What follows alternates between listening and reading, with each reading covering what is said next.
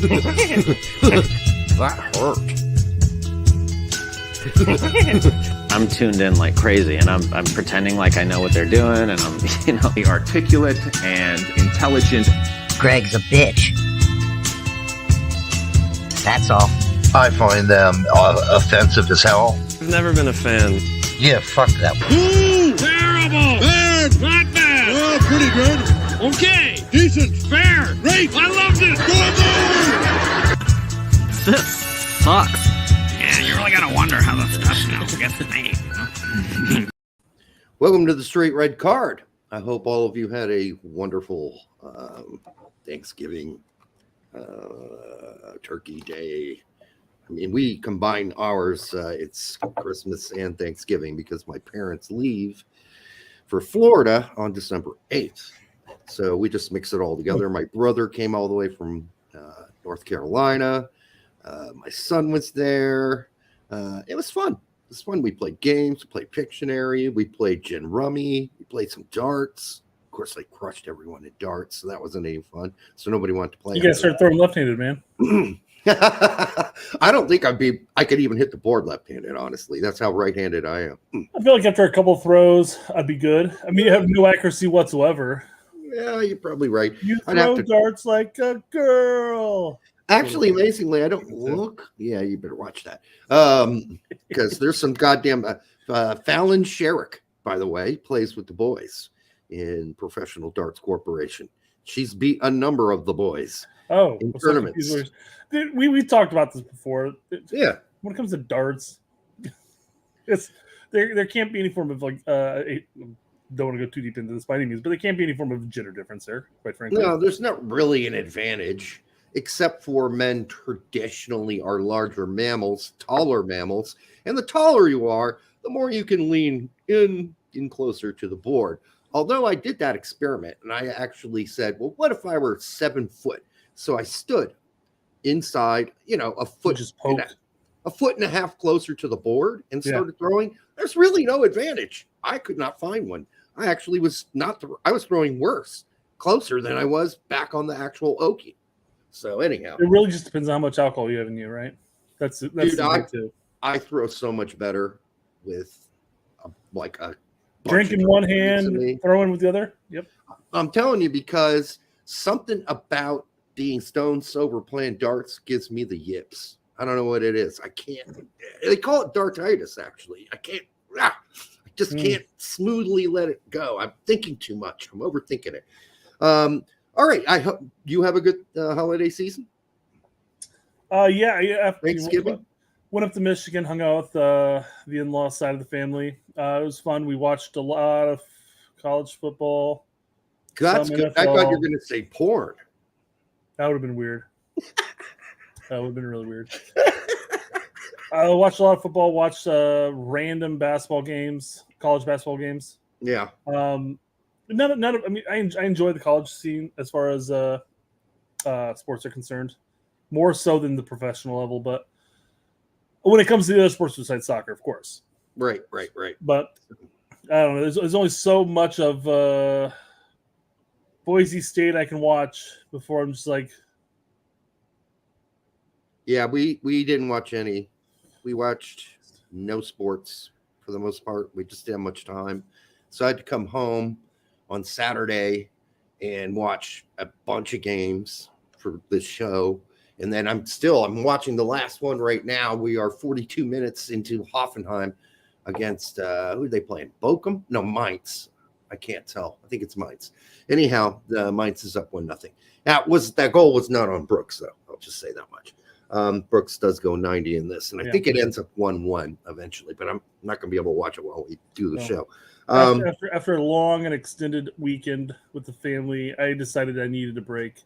Yeah. And I came out west to Vegas, as you can see. Sorry. Right. And you're at Oprah's special place in Las Vegas. You and Oprah are like that. Yeah. We're on first name basis, so. I'm married to Oprah, bitch. She doesn't believe in marriage. Yeah, I know. That's a joke. You guys, I'm giving a little insight of actually knowing Oprah, Derek. You got to go with the rule here. Come on. Exactly. By the way, He don't used to have take a show your on TV. It was pretty big too. yeah. That's about all I know of Oprah. She's got a magazine called Oh. I know that And much. she had a TV station too, called O or Oxygen or whatever the fuck it was. Yeah, and she is married to or long time with Stedman. Is it Stedman? I believe is his name.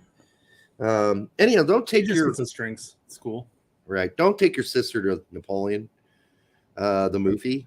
Transition. Yeah, I have to bring that up because don't take your stepsister.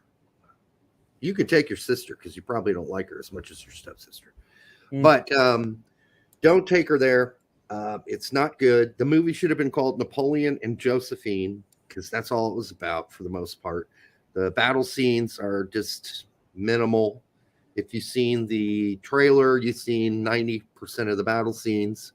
It's pretty pathetic. They make Napoleon out to be this pathetic, weaselly little like clown. Like, why would anybody follow that guy?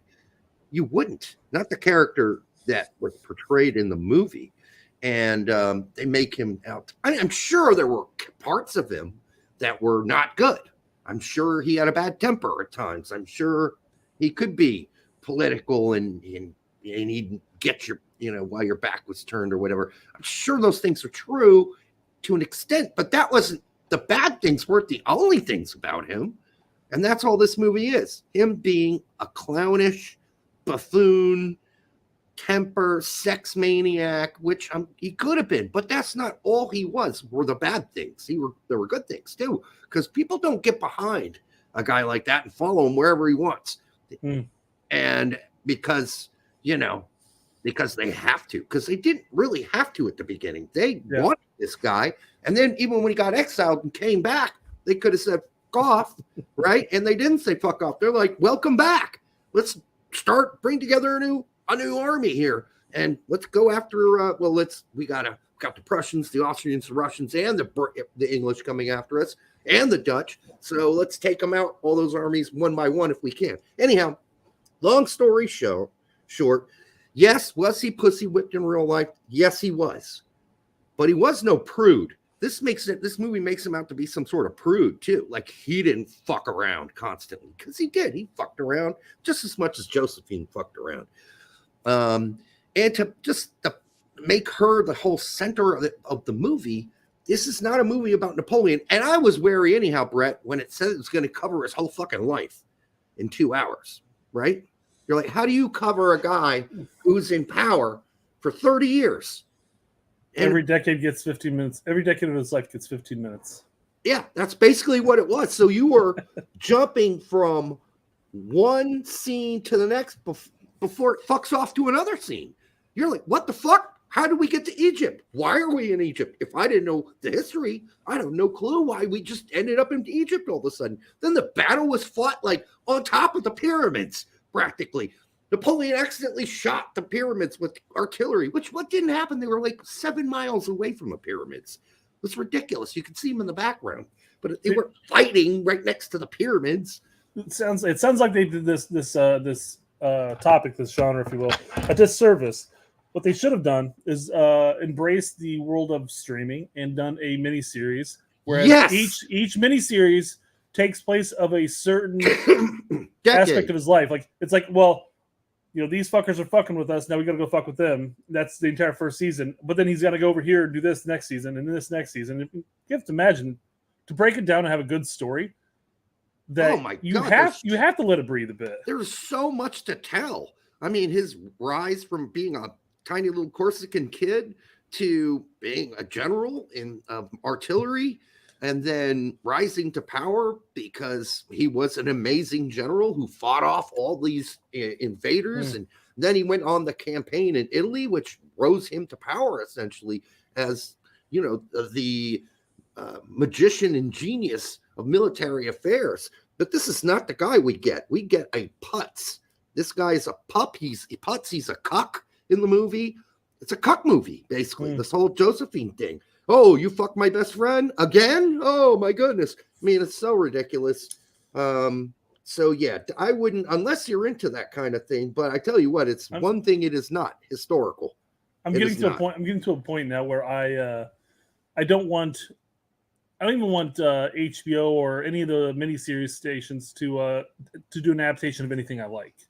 Yeah. I mean, after watching The Golden Compass wasn't awful. It wasn't an awful adaptation. It wasn't the best. But Aragon, the final 2.5 seasons or so of Game of Thrones. I mean, my interest level of anybody saying, "Hey, we're gonna adapt this for the big screen," like, no, stop it, go away. Well, at least those things aren't historical. When you're tiptoeing into historical stuff, like you said, there's so much material here that you could have started out and just do it a decade at a time and covered it in a mini series, like I guess it doesn't necessarily even have to be decades or anything like that, but like major moments of his life. Exactly, right. You know, coming up from nothing into being one of the generals, if not the general, or whatever. The emperor. It's not just a 2-hour gap. Like it's, I don't know. Yeah, and then it looks cool, but yeah, I don't know. I'll take your word on this. The whole idea that I'm supposed to believe that a 50-year-old Joaquin Phoenix is a 17, 18, 20-year-old in this movie is they didn't even try to help that by CGIing up his face and making him look young or something. Like, dude, that guy looks like he's 48. You're telling me he's 18 in this movie? I'm sorry. I don't buy it. And then they have the fucking, like, this is why you don't let a British guy tell the history of a French guy, because they would put the death toll numbers up. Like it was all his fault that the 7 coalitions attacked him. I mean, they attacked him. It wasn't the other way. He didn't start that shit. They started it every fucking time. And anyhow, and then he would have to preempt them once they declared war on him. He'd go, okay, you declare war on me, I'm going to strike first and take the initiative. Anyhow, it is probably more viable. It's probably more realistic that he does look like he's 48 when he's 18. Because back then, those people saw a lot more shit than we do now. They're exposed to the weather a lot more than we are now, and I don't know. It's possible. We've going back through some of the high schools in our district have like photographs of like graduating classes and stuff like that, all the way back like the 1920s. Oh yeah. And you go back and you look at some of those graduating 18-year-olds from like the 20s, 30s, and 40s, and you're going like, Jesus Christ, they look older than I do. Fuck. Yeah. I mean, that's what working on a farm will do to you. That's for sure. The turn in the background says, "Welcome to the Straight Red Card. Hope everyone enjoyed their Thanksgiving. While I was stuffing the Thanksgiving turkey, my wife was getting stuffed by my brother. My brother, he betrayed me." I didn't know Michael Cameron had a brother, but I guess something new every day. I know. Brian Cameron? Anyhow, I assume that his brother has a simple name like him. Michael. It's probably more like Apollo or something like that. Apollo Cameron. Apollo Cameron. So anyhow, epic. Yeah, I'm not saying if you won't be entertained by the movie, but if you're a history buff like me, you will be disappointed. I've read over 30 books on Napoleon, so this disappointed me. Well, and that's what I was gonna ask. I was gonna say, hey, Derek, take your history buff mindset out of this and look at it from a normie who just wants to go and shut their brain off and enjoy a movie. What do you think you would think of? It'll work for that. So you think even though they kind of rushed the timeline, they would still just enjoy the flash and flair of it all? Yeah. Okay. Because it's pretty bloody and deadly. The battle scenes are really gory, fast moving. I mean, the 2 times Napoleon charges on his horse, which he never did, by the way, especially not at Waterloo.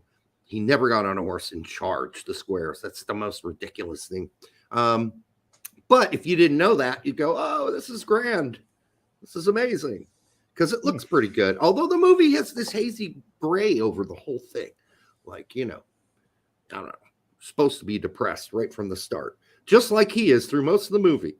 Moody, depressed, a glutton for punishment, a cuck who's totally pussy whipped.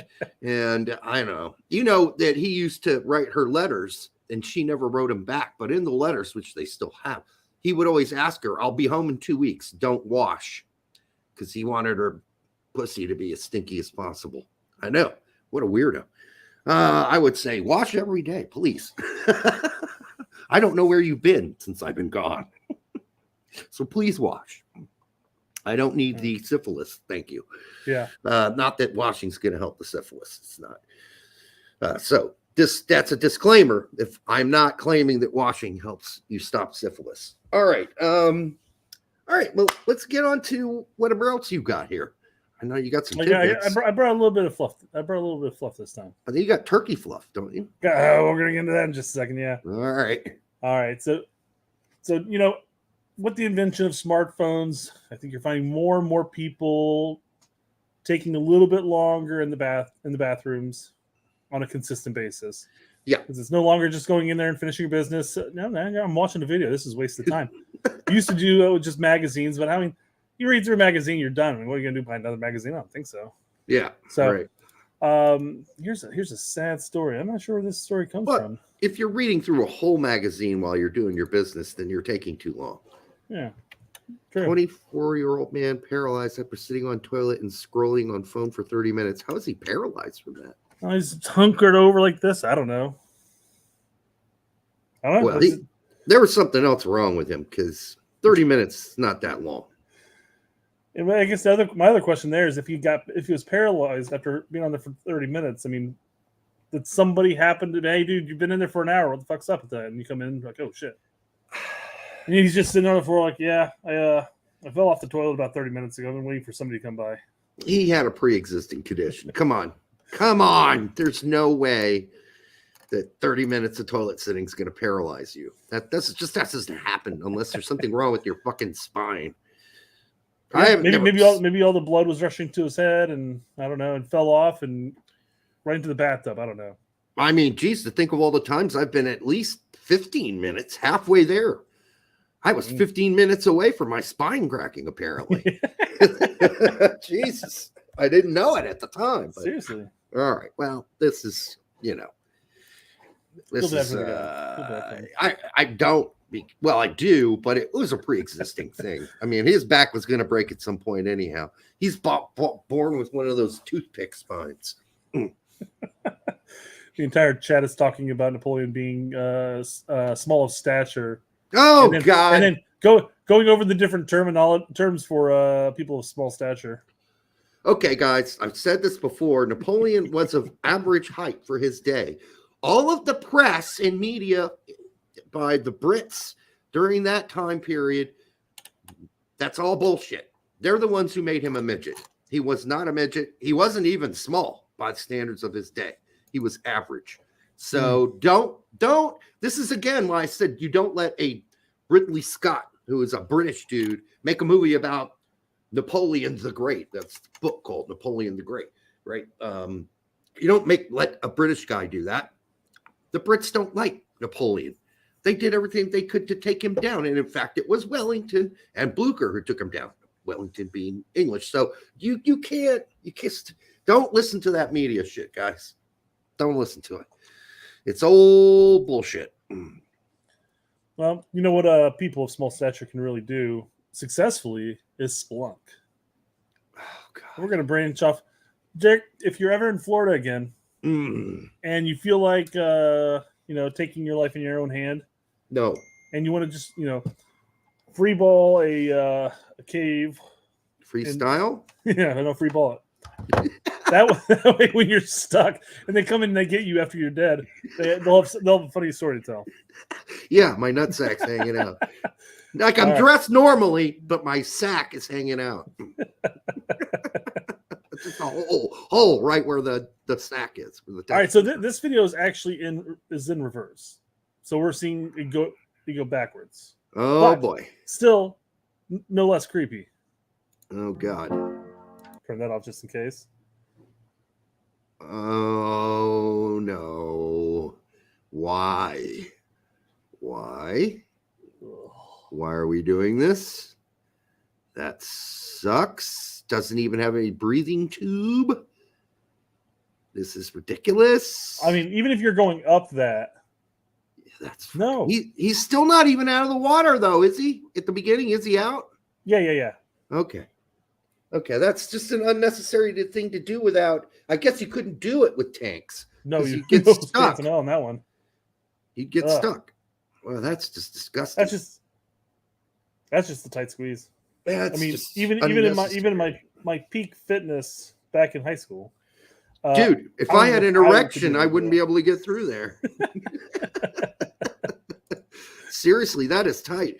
And I just don't know why do people get off on doing that? I just don't get it. Something wrong with them, not me. Right there, that little bit at the very end, man. I'm just like, oh man. You get stuck at all at any point, you're dead because you got nothing to breathe on. And then you're freaking out and you're panicking. Yeah. Yeah. And if we that's saw the video, the last spelunking video, we saw a guy panic and almost drown a fellow spelunker. Yeah, and if he dies in the tube, then the other guy, if that's the only way out, can't get out because he's stuck there. He's stuck in it. Mm-hmm. It's like the opposite of birth. It is, Al. It's disgusting. It's vomit worthy. Tonight, working your way back in. Yeah. Tonight I am drinking a qualified, which is again the Taxman. Yeah, it's the Belgian style quadruple ale. It's good. And it's a good choice. Good choice. It is a good choice. It's like 9, I think. 9.5%. It's a healthy beer, yeah. Yeah. All right, that was creepy. What else you got? We got the turkey thing yet? Yeah, we're gonna go ahead and 1 second. Larry for $2. Thanks, Larry. Good. Derek, best pre-Beatles rock song. No Elvis. Derek, he's asking me what's your best pre-Beatles rock song? Beatles rock song. No Elvis. Fuck, I'm gonna have to think about that. Yeah, that's a good question. Rock song. There wasn't a whole lot of rock around before the Beatles. You had Barry, right? The guitarist. He's the one who the Beatles covered. Yeah, I have to think about that. There's Chubby Checker. There is, I mean, you consider that. Who I was with. Larry's naming a bunch of them in the chat right now. The Beach Boys were around before the Beatles? I think they were. Louie.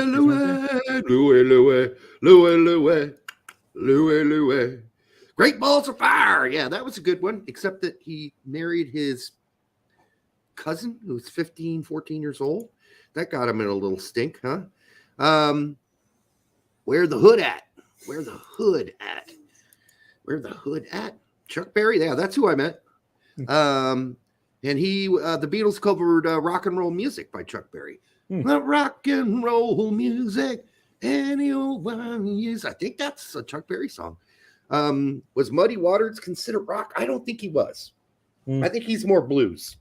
But, you know, that all kind of gets mashed together in rock and roll. You got a little blues in rock and roll, too.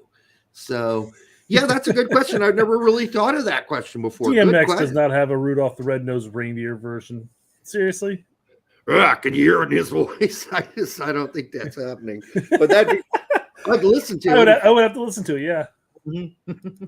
Isn't DMX dead? I thought he was died. I think got in a car wreck? So. Or is that what ruined his throat? I can't even remember. He can't speak hardly anymore. Looks like he does. We'll have to look that up at the end of the show. A reindeer song. That's like when the Fat Boys used to do had a Christmas song. Yes, he is dead. Okay, yep. I was right about that. I couldn't remember. Anyhow, thanks for the music questions, guys. I love those. Thanks for making me think about it, at least. Louie. All right, what else we got? Well, you brought it up earlier. I want to hold off for just a moment, to bring up the soccer topics until we're about 25 minutes into it. Jesus, well, we're there. Yeah. So there's a thing going on this weekend. Not even this weekend, but like Thursday and on. This anti-Turkey propaganda. I saw that straight out of communist Russia. I mean, this whole anti-patriotic talk of just no turkey on Thanksgiving. I don't know what it is. Yeah. I mean, you don't know how to cook fucking turkey. Anyhow. Yeah. We'll jump into this in a second. Even Pete jumped in on it. I know. They're correct. Ham, chicken, beef, fish, bison, elk, and lamb are all superior to turkey. all right, they can be, but that's a personal thing, right?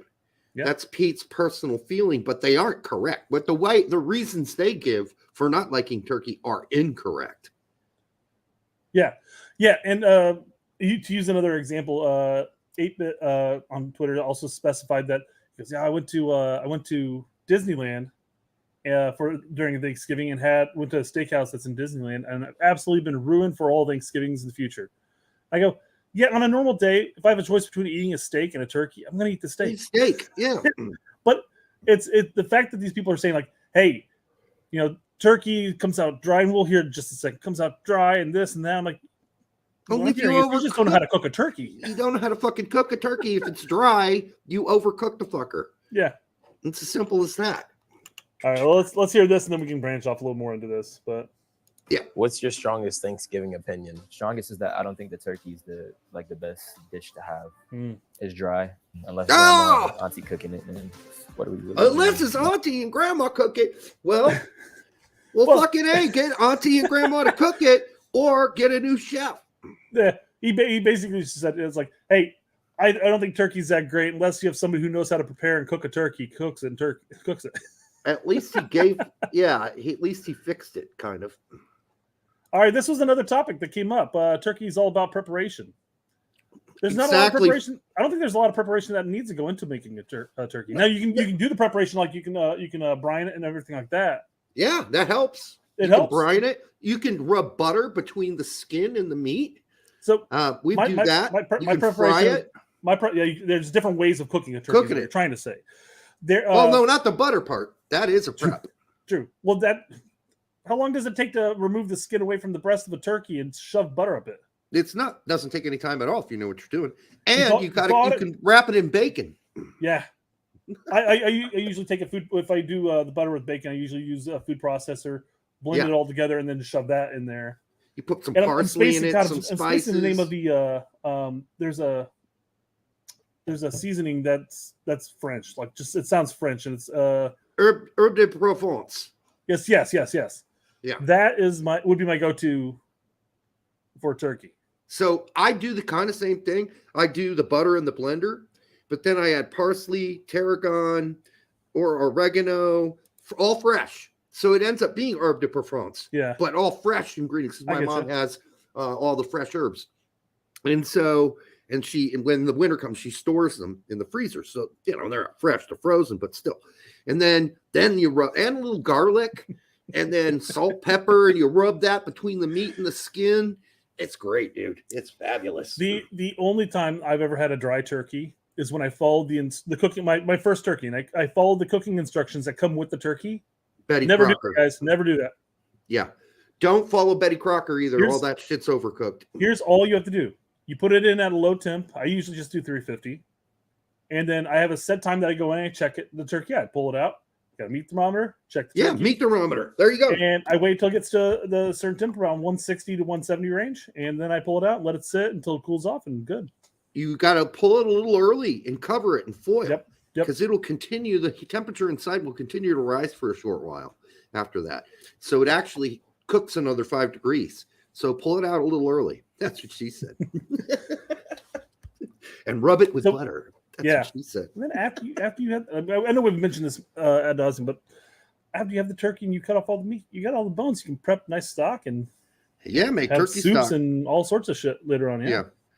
Delicious. So all right. I don't know. I thought Weah's take, and McKinney agrees with him, but I thought the take's a little silly. But then what was the worst part was everybody jumping on board with it. Turkey slander. That's what it was. All right. Well, Not everybody are foodies like us, Brett. People don't cook anymore. I mean, some people do, but not a lot of people I know cook. So, for guys like you and me, that's a fucking cooking a turkey is a work of art. It's not you just throw it in the oven and shit. Fuck that. All right, you get that skin nice and crisp. I think a lot of U.S. soccer Twitter was paid off by PETA. I think this is the problem.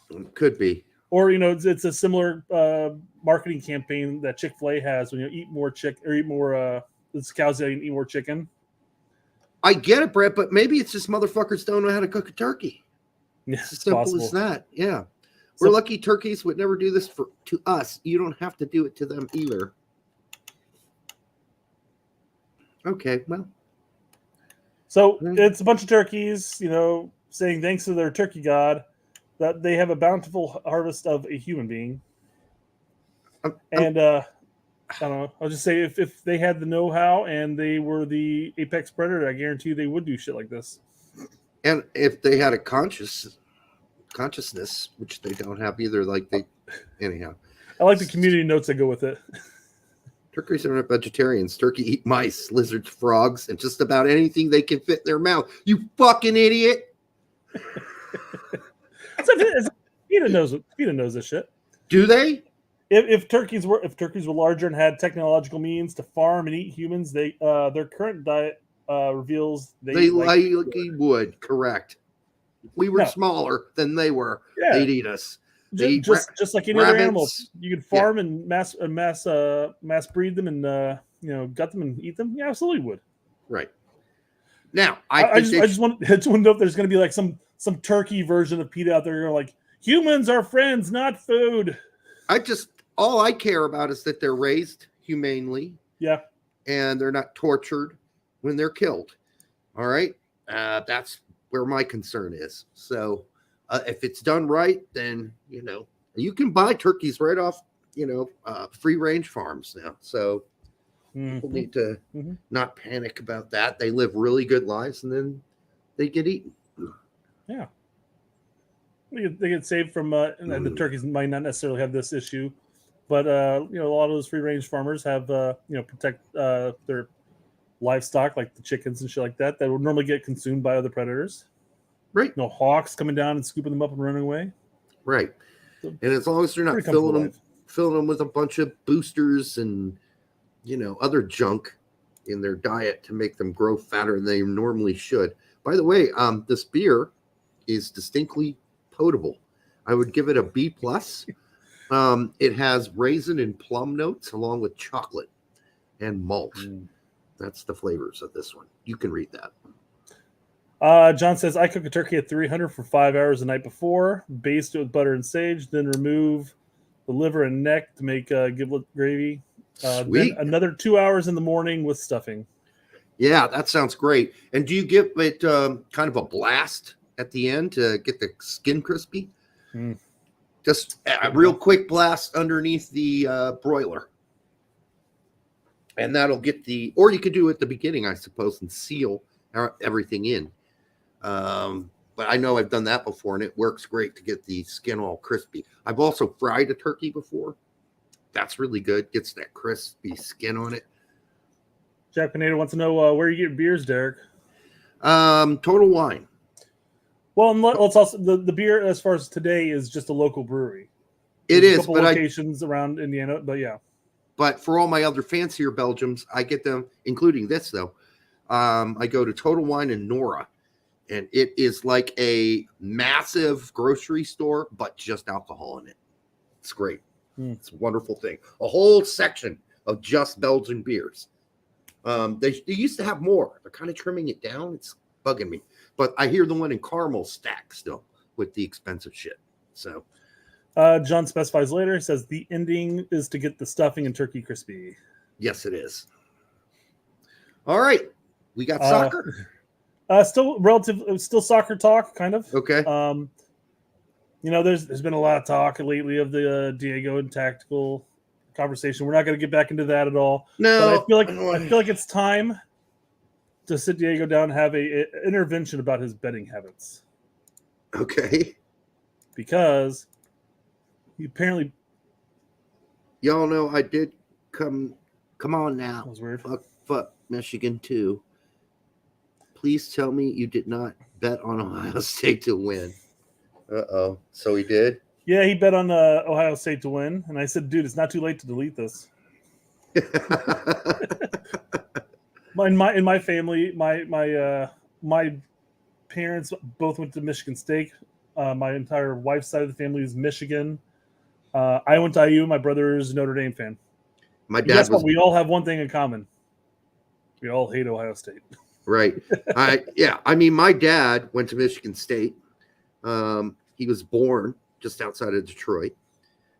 He grew up and was raised in Michigan. And yeah, he'll root for Michigan State. But if they're not on, he'll root for Michigan, especially against Ohio State. Yeah. That is for sure. So, yeah, I know I caught a little bit of that. My dad was definitely watching it, though. Yeah, that was one of the many matches that were on this weekend. Yeah. Diego, you have people who like you here. We just want you to get better. Stop with these crazy bets. You bet on leads. A crazy amount of money on leads. And no Now more you're betting on Ohio State. Come on, man. No more sellout talk, man. No more sellout talk on the tact. Because you should know we were invited too. We just didn't go. We said we weren't going to talk about that. I know. I'm just explaining that we could have gone as well. Would that mean we were sellouts? No. I mean, that wouldn't have been fair to say that. Of course we're not sellouts. Yeah. I mean, I don't know enough. I only know the Cliff's Notes of the whole topic, so I'm not going to say anything about anything. All right. So all I will say is we will sell out. So U.S. Soccer, we have a saying around here, a mill to shill. We will shill for a mill. All right. So you send us $500,000 each, and we will start shilling right here for U.S. Soccer. We're going to lose $500,000. My life could be cush for a while. Everyone will stop watching the show because they'll know we're shilling, and we would probably shill in the most ironic of fashion, so people knew we were shilling on purpose. It would be stupid, over the top. Yes, you know? We'd have all sorts of cowbells.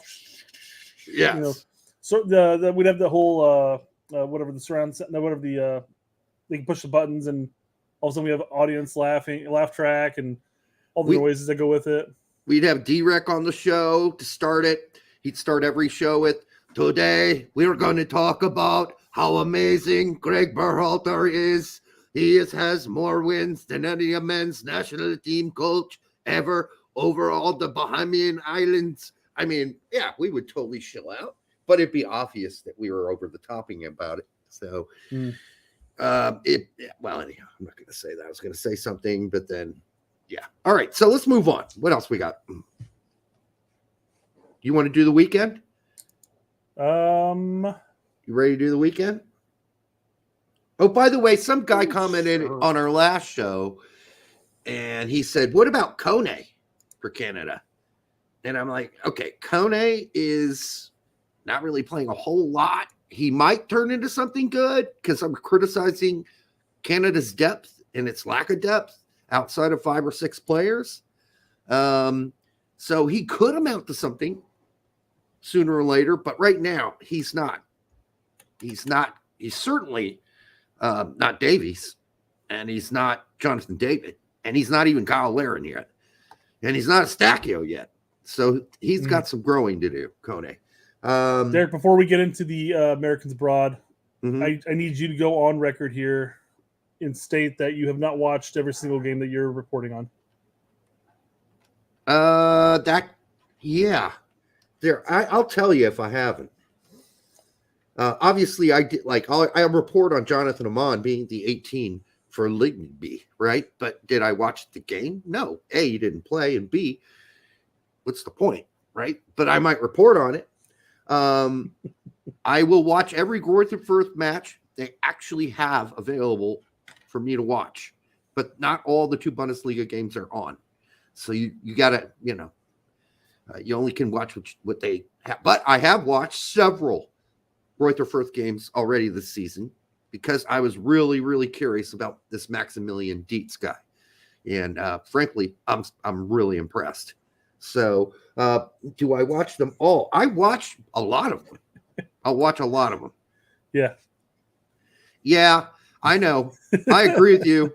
And I watched the other and then in the second half, it turned back into terrorism ball. And I get it. They just want to preserve what they had. But, boy, it's really hard to watch. And McKennie was he wasn't bad. They wanted to hold on to the draw is what you're saying? Oh, yeah.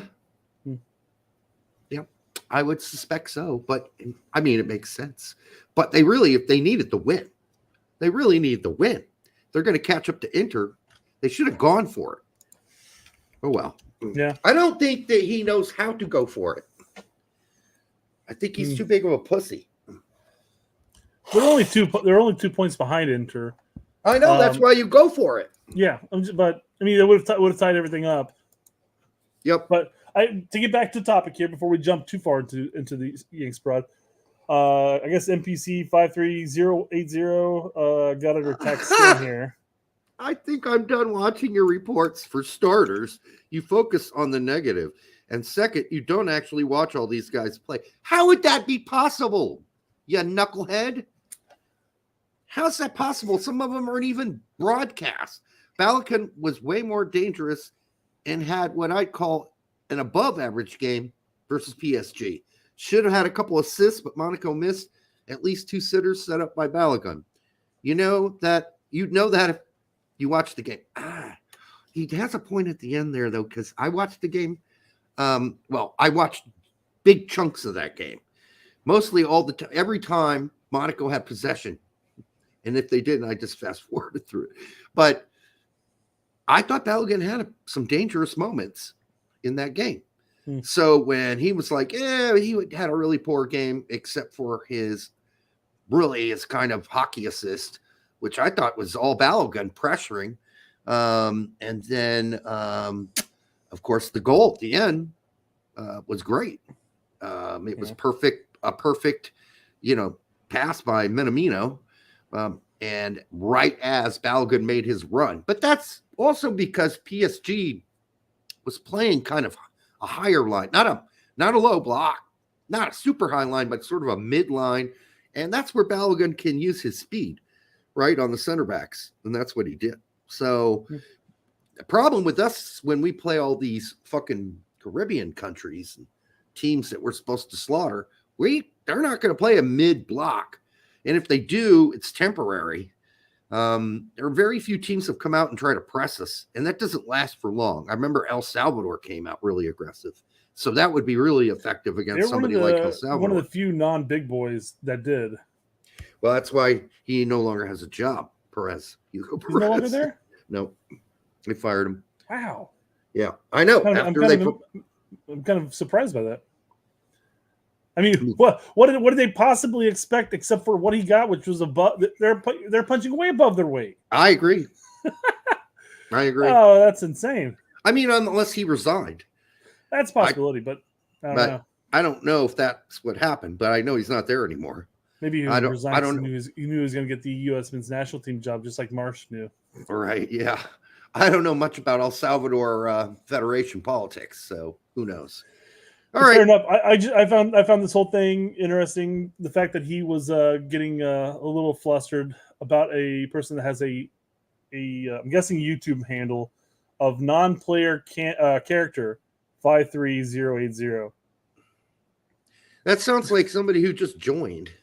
With the numbers, I think it's all playing into the humor of it because NPC is a non-playable character from like video games and stuff like that. Oh. Okay. So it's a person that you go to talk to, and they have the same line that they say over and over and over again. They don't really do anything, but they fill in the universe that you're playing in. Sure. So the 53080, I'm sure, is just some random number that either got assigned to it or he or she, I don't know if it's she, just put a bunch of numbers at the end of it to add to the joke. So I will tell this guy that everyone here, including Tact, wants Balogun to be the superstar that we hope he's going to be. Yep. I mean, he's going to go through growing spurts. He's going to have shitty games. I just didn't think this was one of them. So in that case, I'd agree with this guy if that's what Tact said. I don't know what Tact said. So I can only assume he said he had a bad game, and I really didn't think he had a bad game. Yeah, he was kind of a mismatch down the middle of the road type of report on his game. He wasn't great, but he did do some things that are nice, type of thing. Right. But he's right. You can't watch 30 matches. But I'm trying in my head, I'm trying to play back all the teams that he covers. Because he only covers the people who have like consistent chances of actually being in the United States national team. Whereas we you cover some like you cover some like U19s from time to time, for fuck's sake. Right. Yeah. I don't know if he's necessarily covering 25 to 30 matches because I feel like you have a number of teams that have multiple Yanks playing on them that might actually even end up playing each other. And when he hasn't watched it, he doesn't give you an opinion about their play. So, like, chill out, dude. That's what we do here. If I haven't watched it, I'll just say he played 90 minutes. That's all I got for you. But you know what? That's providing some context because if a motherfucker's playing 90 minutes every game for his team, that's relevant. That means he must be doing something right, right? Yeah. Now, if you're riding pine every single fucking game, or you're not even in the 18 like Sebastian Soto, that gives you context too for where he's at, right? Yes. So no, do I watch about him too? Right. Do I watch Klagenfurt games? No. First of all, Soto doesn't play in them. So what's the point? And I honestly think this is just a massive troll to get under Tech's skin because anybody who watches his Yanks Abroad series knows that he'll go into a match and he'll flat out say, "Hey, I didn't actually see this match. I can only go based off of this, and this." You know, dude, that dude needs to go buy himself some hankies and go cry in the corner somewhere. And I'm sure we'll talk about it in a bit, but he does talk in his show. He does talk about Slonina, and he talks about how he's not doing that great in Belgium right now because the advanced analytics. Okay, I saw that chunk of it. Oh, you saw where you said Yupin like 5 times? Yes, I did watch that section on Slonina today. I didn't watch it all. I was distracted. I was cooking. I was making lunch. I was watching games, trying to catch up. So I didn't watch the whole thing. I admit it. I did not watch Tak's whole video, but I did catch the part about Slonina. The thing about the advanced analytics for goalkeepers is, and he is getting into the fact that he only saves a certain percentage of shots, and that's low. Well, let me tell you what. If you watch the goals, those teams are scoring against Eupen this season, they're tap-ins. How is he going to save tap-ins? You don't save tap-ins. I mean, that shouldn't even count as an attempt to save because he had no chance to save it. That defense is rotten. It stinks like a dead carcass. So I don't even know if you can use advanced analytics. It's got to be tough to look at that, right? Because if the team you're playing for is downright shit and garbage, I mean, you're going to have shit stats. I mean, you're not going to be rocking the league in goalkeeper stats when you're playing for a bottom tier going to get relegated team. It's not going to happen. Not if the goals that you have to save are one-on-ones or are clear chances at the back post. You have no chance to stop. Now, okay, he does have a low rating, Slonina, on crosses, on clearing crosses. That isn't good. That shows a player who's not being aggressive enough on corners and set pieces and crosses. So that he'll need to fix. But that's normal for a really young goalkeeper to be more conservative and not make any stupid decisions. That's what I was gonna lean into because I haven't actually watched any of his games. I've only seen the highlight reels, of course, that are just going to show him getting scored on. Yeah, I know. And then I also seen a number of games where somebody's done a every touch by, and it's very similar to what we experienced in Chicago. He'd make some great saves. He'd get scored on from time to time, and his distribution's improved a little bit, but he still has flubs where he'll overkick it and he'll go out of bounds. Right. I mean, he's not a perfect goalkeeper, and at 19, I don't think anybody expects him to. Right. But I don't know if we can necessarily look at those advanced analytics and say stats always paint a picture, and you can kind of make an argument, but without actually watching the game and seeing how it all plays out, it's just and numbers. ESPN Plus, even though they carry Jupiler League games, I think they've only carried 2 Eupen games all season, from what I can remember so far. And I only watched 1. And I think they lost 4-0 or 3-0. I can't remember. But none of those goals were savable. I'm sorry, they weren't. They just weren't savable. You'd think with a guy like Vertonghen in front of them, they'd be all right. But they're not. They're horrible in the back four. And their midfield sucks too. Somebody else brought up stats earlier this year. Like, oh, this is not a good sign for Slonina. Look, he's let in this many goals or whatever. I think it's probably like the Yanks Abroad account or whatever. It's meaningless, yeah. But I also went through and I said, hey, well, look, Eupen is like number 1 on shots, getting shot on. Yeah. And he is like number 4 in the league in saves, period. So yeah. that means he's getting tested. He's not going to save everything, unfortunately. And this is why the team's going to get relegated, but he's getting tested. That's great. That's a great thing for him, at least. If he were costing the team games, he'd be yanked by now because they got an older goalkeeper.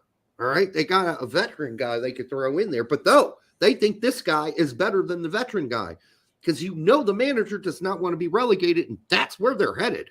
So if he was the problem, if Slonina was the problem, he would get yanked in a second. They put somebody else in they thought was more competent. They don't believe there is someone more competent.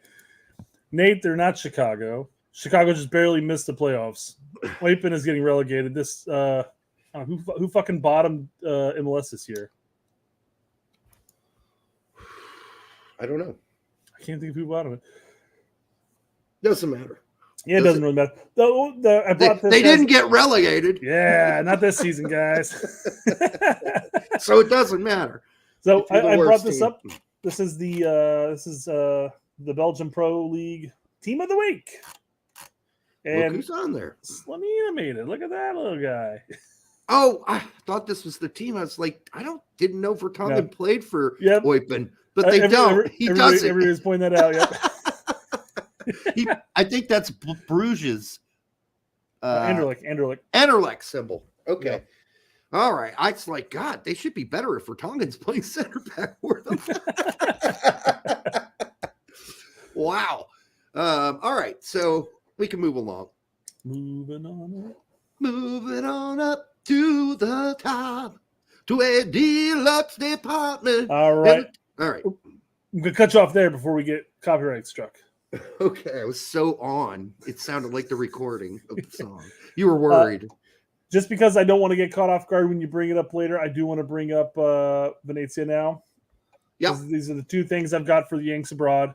This was not my week, guys, to watch a lot of soccer. I didn't get to watch any actually, so I'm not going to add a lot of content to this segment. So I wanted to bring up a couple slides that I had from the twits. You guys are too busy watching porn.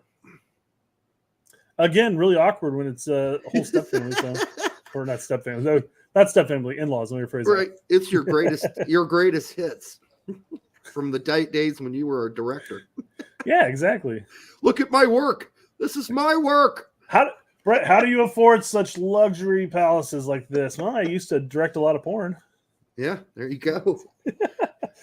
So we got Serie B Team of the Week here. And guess who made it? Tanner Tessman. By the way, the match was not on. I couldn't find it. It wasn't on. Because, again, they just do select Serie B. It's not like you get to watch a lot of Serie B on there. They do like 1 or 2 matches a weekend. And for whatever reason, they don't pick a whole lot of Venezia matches, which they should. I mean, you should have somebody in ESPN saying, well, I know that America is not all Americans, and they want to see a variety of other teams and players from other countries because that's where they're from. But the bulk of people who are watching Serie B in America are probably going to be Yanks watching Busio and Tessman. Is that ESPN Plus or Paramount? I can't even remember now. No, that's a great question. I don't know who carries Serie B. I thought it was Paramount. It's like 1 or 2 games a week they cover. Then somebody from Paramount needs to get their shit in order there. Yeah, exactly. Yeah. Okay, it's the same thing with the championship. I mean, I know there's a wider range of people who've fallen in love with crappy teams that are in the championship right now, that have historic, value, but not necessarily recent. But right, still, right. Show Norwich, bitch. QPR. There's some teams that were when I was young were always not Millwall. We're always in the top tier, and it wasn't Millwall. It was QPR. They were always there. But no, not for a long time. Larry's hammering on the super chat. He said he's going to head out or whatever. Favorite Elvis and Cock Rock song. Elvis. It's Cock Ring, right? It's Cock Ring. Cock Rock. What's Cock Rock? I mean, is that heavy metal / What's cock rock to you? I'm not Googling that. Give us a band in the cock rock genre, Larry, so I can get in tune with you. Elvis. I don't He's saying know. 80s. Yeah, so cock rock, 80s metal sort of. Hairbanger. Favorite cock rock song? God, I used to listen to a lot of Iron Maiden back in the 80s. But I can't remember any of the names of the songs now. I mean, I can, the ones that are obvious, Trooper and all that. Def Leppard, I listened to a lot of that. That's cock rock, you would think. But the whole album, Pyromania, would probably be my favorite, of my youth. I also liked a lot of Rat. Listened to Rat back then. Anyhow, listened to a lot of bad music back then. What are you going to do? Favorite Elvis? The Hairbangers were never my my shtick. I mean, there's definitely songs that are, when Hairbangers Ball would come through Bloomington at the, what was that? Bluebird. Yeah. I never went. They'd play all the highlights. You could sing all the songs that were out there for the 2 hours they were out and all that. Leave the bar with a raspy voice because you just blew your shit out. But nothing that I would have readily available to listen to on any given moment. Well, it's kind of weird. I think of a song like I think of a band like Motley Crue, and I hate most of their stuff, except I do love She's Got the Looks That Kill. Burn, burn, burn. And that was like their first hit, really. And it was like their only really quality song. Because, you could say, oh, what about their ballad that was so gigantic? Well, yeah, okay, I can listen to it, but it's pretty goddamn cheesy. Bon Jovi, always hated Bon Jovi. Always hated him. It's the Hairbangers Ball stuff that they'd play at least 2 or 3 of his songs, and everybody knew the lyrics. That was not considered cock rock. That was considered pussy rock. Pussy. And Guns N' Roses, we have Def Leppard. Got Rat. Def Leppard, 80s. I got, So, I already said all those. So, every rose has its thorn. I mean, wow. That's an amazing metaphor. I think Bill and Ted did it better. He stayed up all night thinking of that metaphor. Twisted Sister had that one album with Jesus. We're not gonna take it, which was the worst song on the album. There were other songs on that album that were pretty good. I remember that. That's fair. Yep. I always had respect for Twisted Sister because their lyrics, except for that song, were thoughtful. Like that D guy, he thought about D. this Snyder. lyrics. D. Snyder, yeah. Yeah. ZZ Top, yeah, there are a couple of those songs that were bad. Yeah, not bad. I get the feeling people don't want us to talk about soccer. Helter Skelter that's a Beatles song, White Album song. So that's not in the 80s. I don't know if I could call it cock rock. And Michael Bolton, that was just awful. Just awful. Why don't you just go by Mike? Well, why should I change my name? He's the one that fucking sucks. Awful. Awful guy. I mean, I'm sure he's a swell guy. I'm sure he's a really nice guy. He seems like a really nice person. But he's nothing nice to look at. Journey's considered cock rock? Really? Okay. I don't know if that's necessarily true, but a lot of good Journey songs. I mean, some cheesy ones for sure, but good music, I guess. Nothing I'd write. Aaron Alexander the Great for $1.99. Thanks, Aaron. We appreciate it. What do you all think about P. Diddy accusations? Uh-oh. You catching me off guard. Was it multiple occasions of sexual assault or something like that? Well, guess what? Right? Guess we'll have to wait for the evidence. I haven't seen anything. And I don't ever say anything until I see something first. Want to see some evidence. They're accusations until further notice. Right? I mean, that's tough. That's tough. They settled out of court already. Well, that doesn't mean anything. Then, all that means is P. Diddy wanted that to go away. Mm-hmm. Whether there was something there or not, I don't know. Yeah, we'll never know. Yeah. And I'm not, going to make character judgments on some dude I don't know, never met, or anything like that. So, yeah, not going to do it. I didn't do it for Russell Brand, and that shit's, I don't know, disappeared. Haven't heard another word about it. So yeah, that really fizzled out quick. It did because he ignored it. He just went on his business. So we'll see if something comes back along. He said this to YouTube, and I'm out. I'm going to Rumble. Peace. He's still on YouTube. He posts a couple things every now and then. The most stuff about Rumble. Yeah, because most of what he talks about can't be on YouTube. All right. So, all right. What else? What next?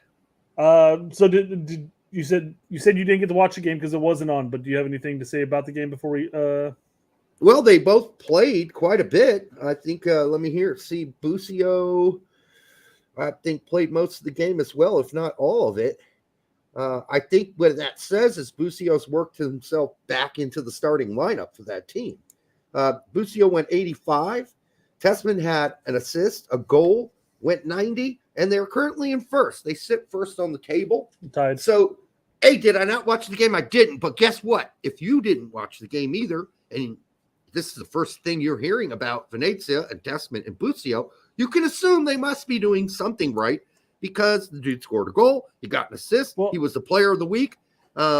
Weekend. Is Tessman still captain? Yes. He still plays in the heart of the team, CM. He'll either be riding with Venezia up into Serie A, or he's going to be out of Venezia if they don't get promoted. More than likely, because there are some teams at the bottom of Serie A who could seriously use Lazio is talking. There's a lot of talk about him going to Lazio. No, don't go to Lazio. I'm not saying he should. I'm just saying there was a lot of talk. Yeah, I know, but that's no. I mean, no. Go to a lesser known team than Lazio. Don't go to one of the bottom three. I think you said Leicester. Don't go to the bottom three, but don't go for the classic big time clubs. Not that Lazio is right now, but they have been recently. They're a team that strives, like Napoli and Inter and AC Milan and Juventus being, I think, the top five people would think of as the major clubs in Italy. Don't go to the major five. Mm-hmm. Get somewhere in the middle, but Venezia's going up. They'd have to totally collapse, right? Well, I mean, they can miss out. They can miss out on the first two spots and have to go right into the playoffs at that point. I don't think they're going to. Not the way they've been playing. I don't think so either. I mean, it looks like they've had a upward trajectory when they got the new manager mid last season. Yeah, because literally they went from being relegated last season to making it into the playoffs, right? And then missing out on a promotion at that point. But that's a Cinderella story if I've ever heard one. Yeah, they're going to seal it, I think, this season, unless something, again, collapses. But, dude, Tessman is Venezia's best player. He is. He's also the captain. Al also goes on to saying he's one of the best in the league. Yeah, but I still don't want him to go to a team where he may not play. So go to one at Atalanta. That's a good choice. Go somewhere where they don't have a bunch of midfielders already that are rocking the house. Not that Lazio's rocking the house right now, because I think they're nearing mid-table right now. Palermo is, I think, currently sitting fourth. Nah, I don't think they're going to make it. They'd have to win the playoffs at this point, because I think Parma and Venezia, who are top of the league right now, I think it's about like 6 points. Lately, Palermo is not playing as well as they did earlier on in the season. So I don't know if that's going to continue on. We'll see. But Lund is at least playing. He played again this weekend, which is somewhere in my report. In Palermo's last 5 games, they've got 1 win, 3 losses, and a draw.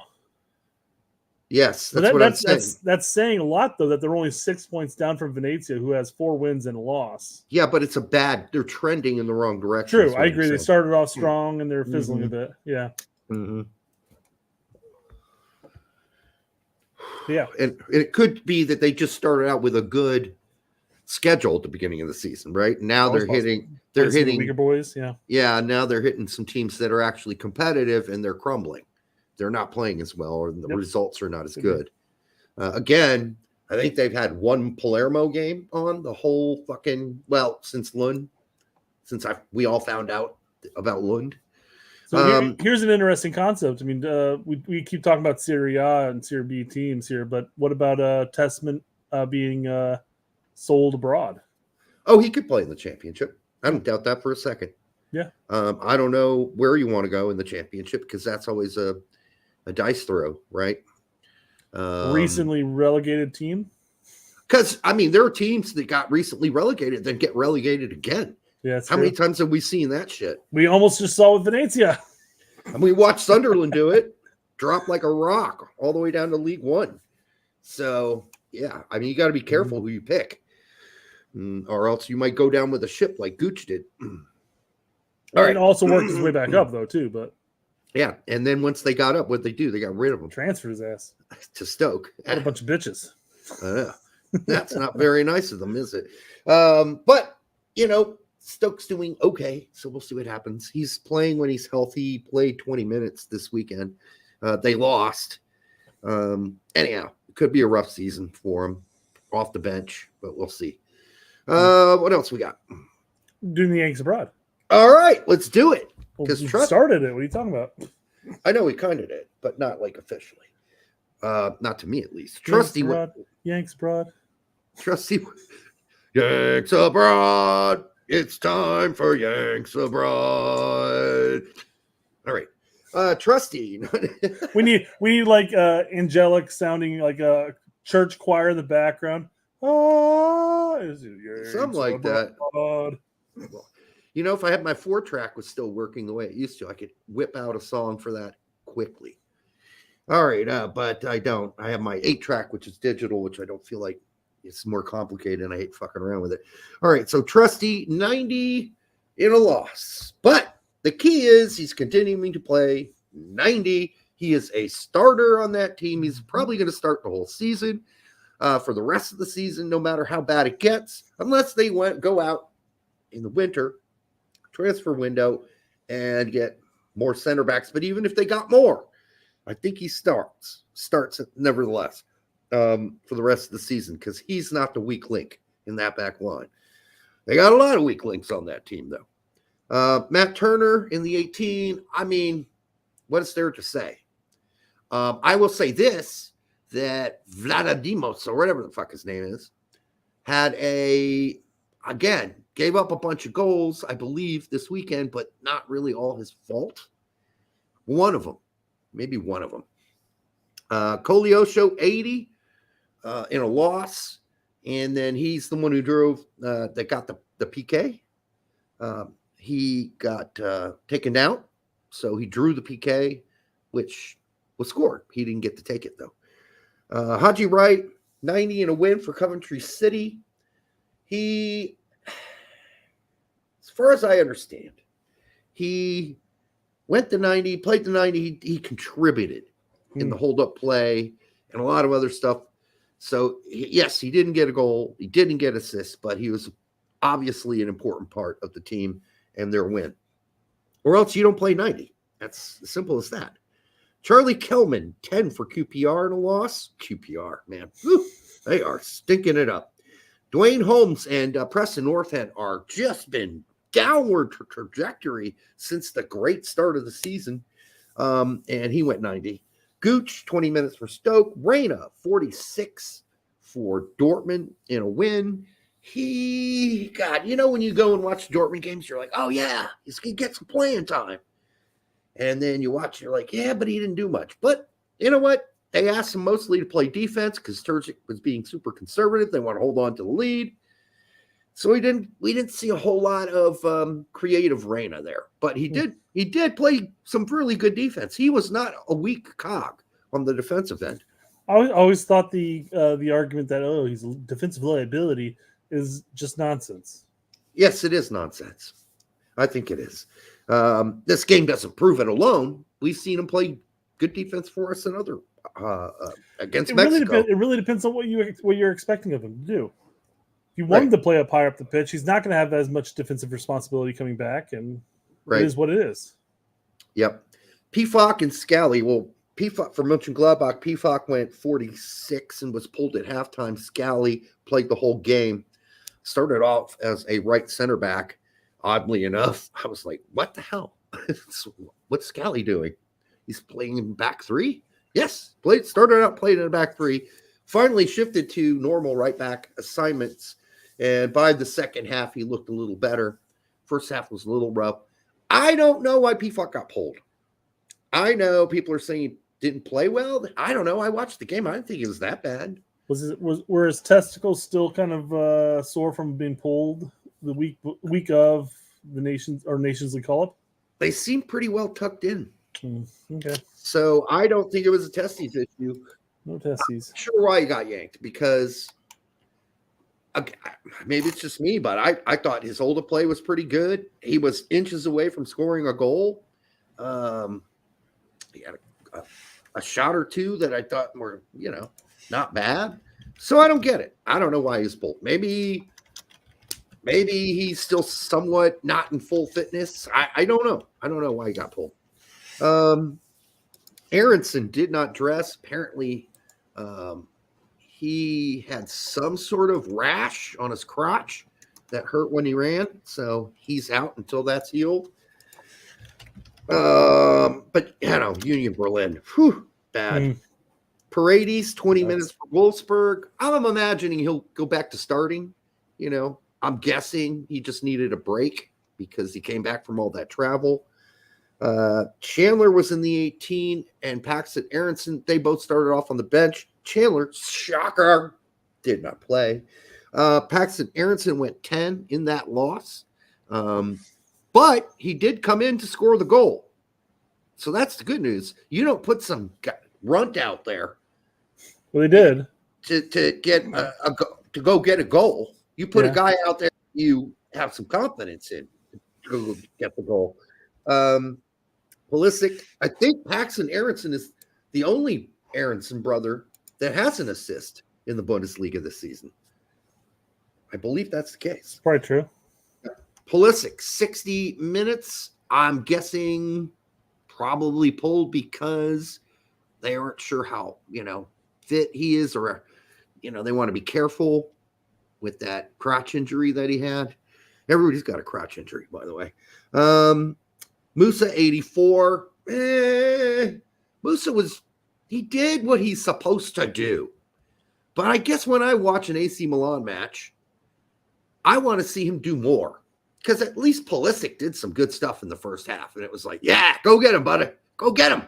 But Musa just, I don't know. He just doesn't try anything. I guess in his position, he just doesn't want to fuck up. But he was kind of like that at Valencia, too. He was kind of just ran around and did his job, but didn't do anything extra. And that's kind of what he was like in this game. There's always going to be players that are workhorses, and that are the type of players that just aren't going to be the creative force. They're going to be working the ball around the pitch. They're going to be moving it around. They're going to break up plays. He's like that for us too, though. He's not a creative force. That's fine. Yeah. I mean, he's really not, but yeah, he'll have moments. Don't get me wrong. And he'll have moments for AC Milan, but I don't think we don't need to expect him to be breaking the lines with passes, because I don't think that's necessarily who he is. Yeah, but I do expect him to have a few where he gets the ball possession in his zone, in his area, in AC Milan's side, and he dribbles it up the field, and penetrates, and then does the layoff pass that he does. I didn't see any of that either, at least not enough of it. And he does do that for us. He will get the ball and carry it forward. He's not doing that for AC Milan much this season. Luca De La Torre went 90 in an extremely boring game. I have to admit, it was on. What was I doing? I came home. I think I was cleaning. But, the thing about watching, I can never find him on the field. Like, I always look for him. I'm like, is that him? No, that's not him. And he's he's a bleach blonde his hair, man. He needs to do something because I can't find him. All I know is while I was cleaning the house, I didn't hear his name called on the screen at all. That's usually means you're not getting many touches. Anyhow, they're at the bottom of the table. Could you imagine we come into the next window, the next March Nations League Finals window, and our entire team has bleach blonde hair? Oh God! Shit! Now I don't know who anybody is. I know. I hated it when Scally and I hated it when Jedi had silver hair and Reyna had yellow hair, because then on TV you still can't tell the difference between the two. There is literally no difference. I think the big difference is that Reyna's hair is coming back to its normal color. So now it looks like he's not frosted tips per se, but his roots are showing, Derek. Mm-hmm. And Jedi just bleached his hair, which, oh my God, it's such a weird color for a man. It's weird. Weird. I could tell who he was in the Fulham game, though, today. Yeah, I'm sure that shit will stand out, man. Yeah, it did. They got a win, by the way. Jedi and Reem went 90. They needed that win because it's been a while. Jedi had an assist. And yeah, they needed that win against Wolves. And thank God they finally got one because, I was getting nervous. I'm a Fulham guy. So I was like, okay, we started off in mid-table. We're kind of slowly going down. You're sitting in 15th right now. You have 1 win, 3 losses, and a draw in the last 5. Yeah, it's been nerve-wracking, dude. We have not played well. Wolves, Crystal Palace, and Fulham all have 15 points right now. But we're nowhere near the bottom 3. Yeah, the bottom 3 are in single digits, aren't they? You're only 1 point away from Chelsea, who's in 10th. Yeah.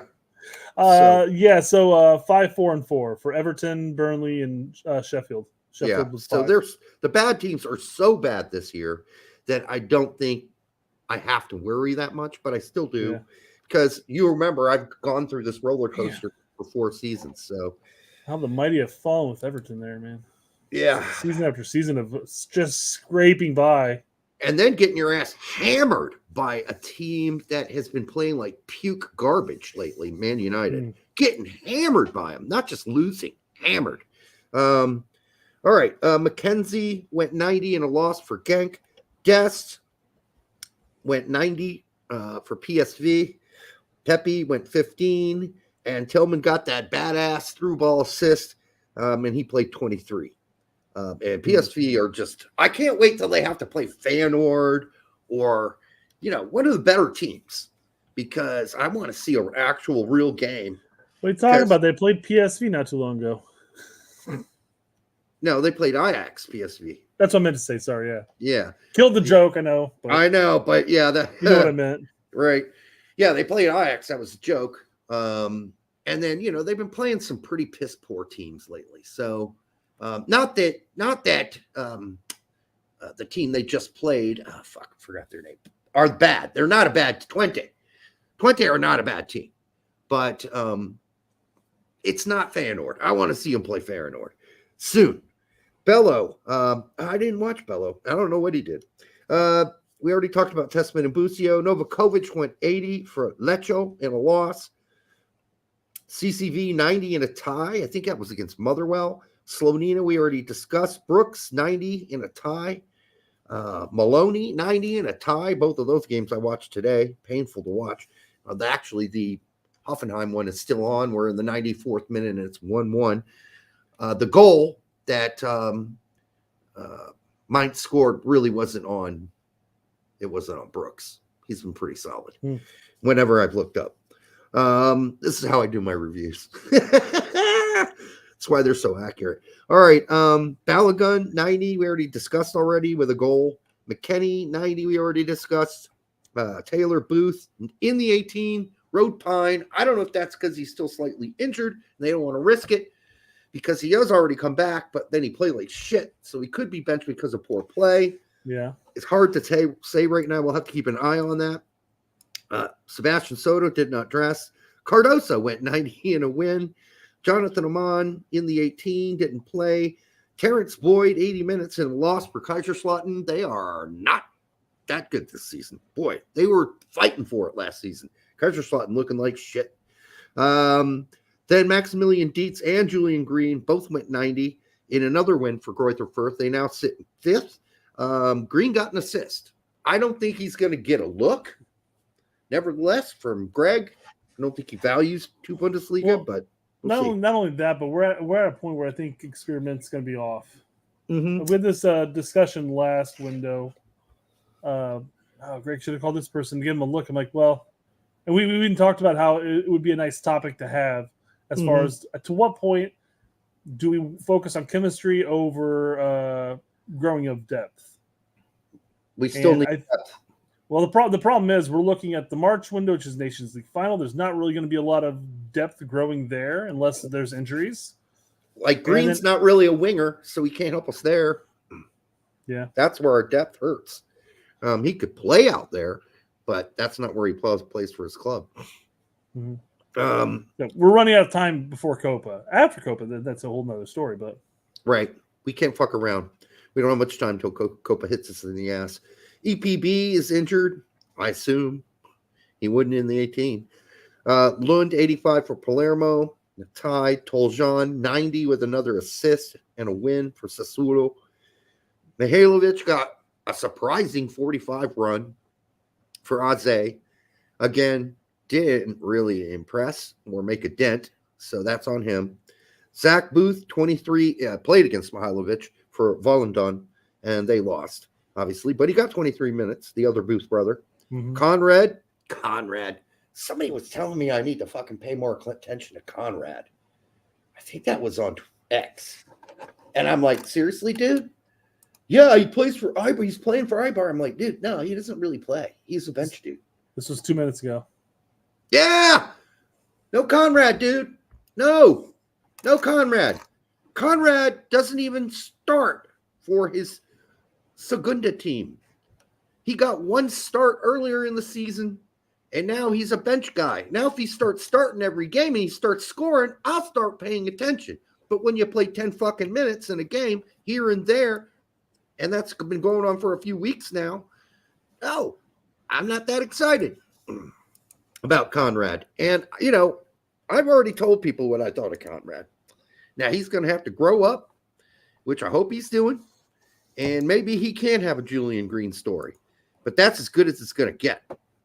It's going to be a Julian Green story, meaning he will probably never play for the U.S. men's national team again. More than likely. Sorry.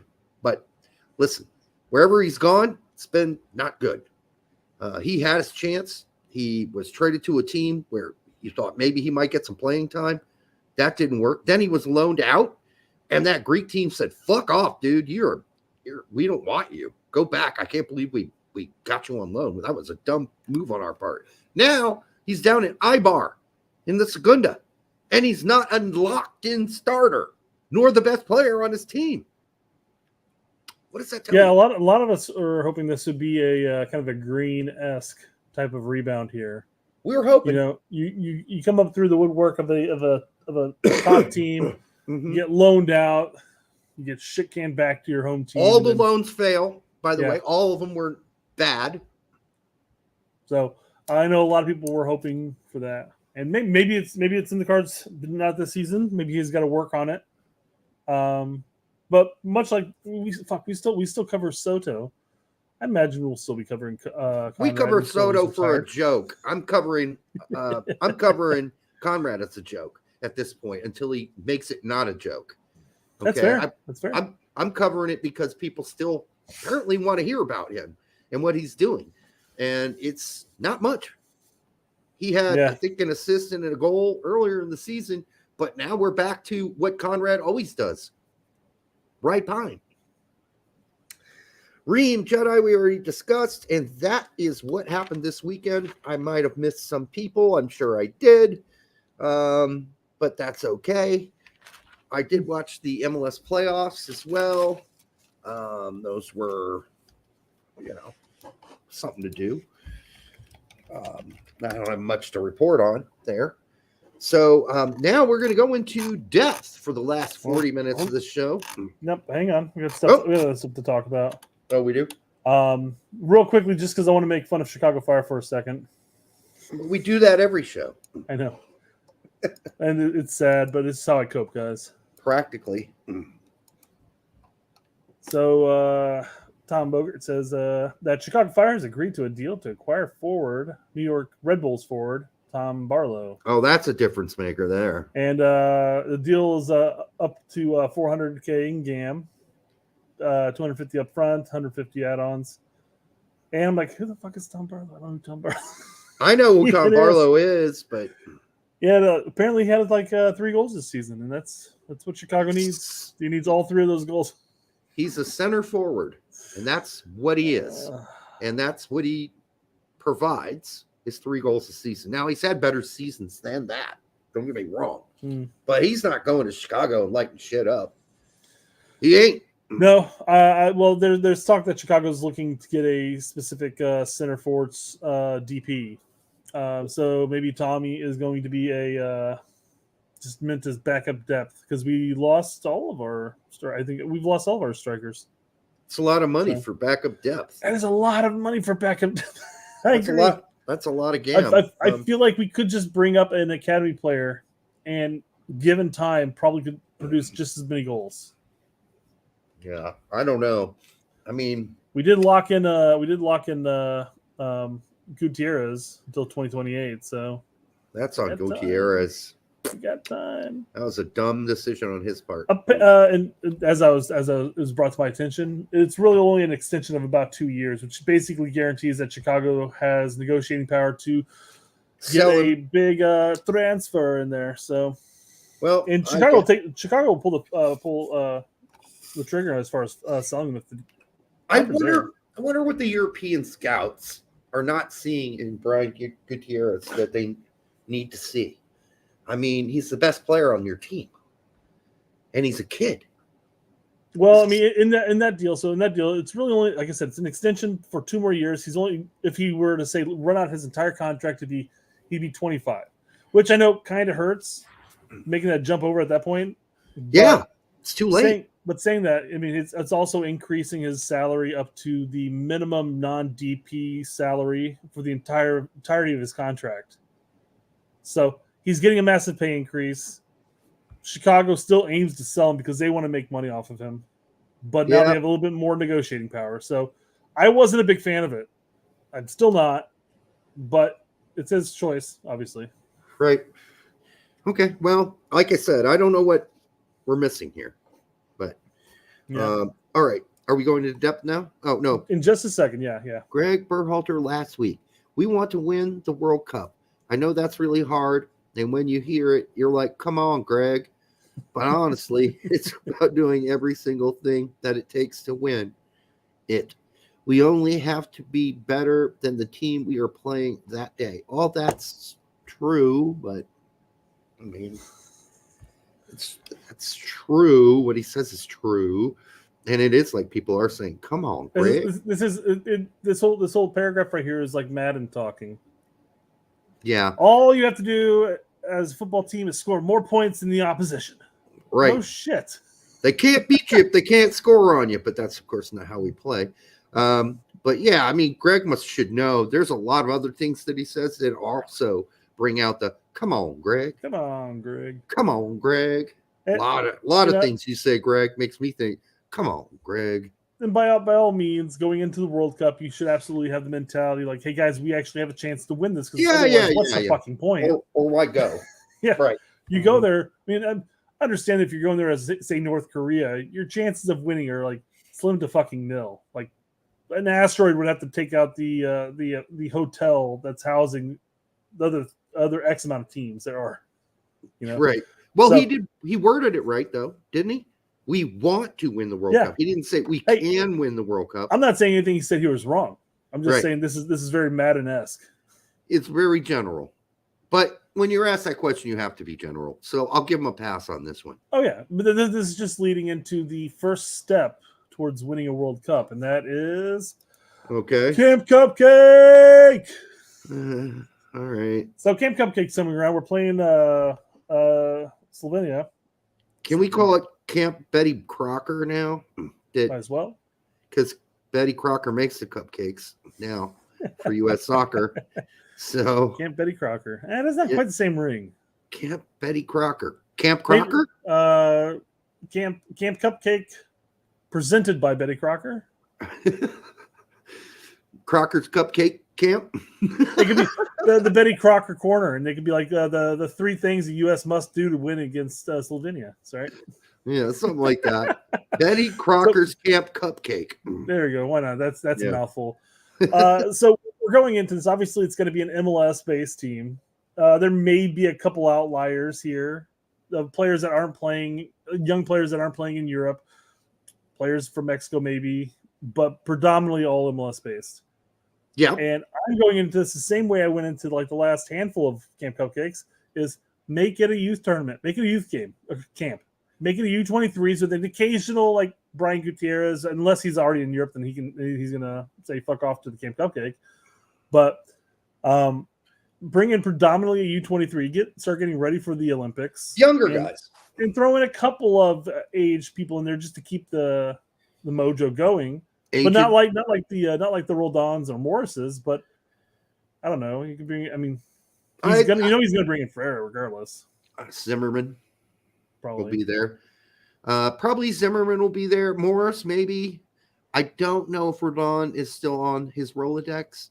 But yeah, I'd rather see Luna, Gutierrez, Brady, Buck, McGuire, Camongo. Miles is going to be there. I'd like to see all those guys. But, I don't necessarily need to see Morris, Roldan. I really don't need to see Zimmerman. But I mean, if we're going to bring one veteran in, might as well be that guy. The one veteran could be Miles. I don't think Miles Robinson's going to get called into Camp Cupcake. You don't think so? No. First of all, the transfer thing is happening, and he's supposedly going. That's true. You're right. He is a free agent. Yeah. Forgot all about that. Yeah, I would suspect he's not going to be called up to this. And I hope they do bring in the Cowles as well. I want to see Kate Cowell there. I want to see guys that are probably going to play in the Olympic team. That's another chance. What about Caden Clark? No. Ledesma? No. I'm sorry. No. They're all busts. I'm sorry. They're all busts.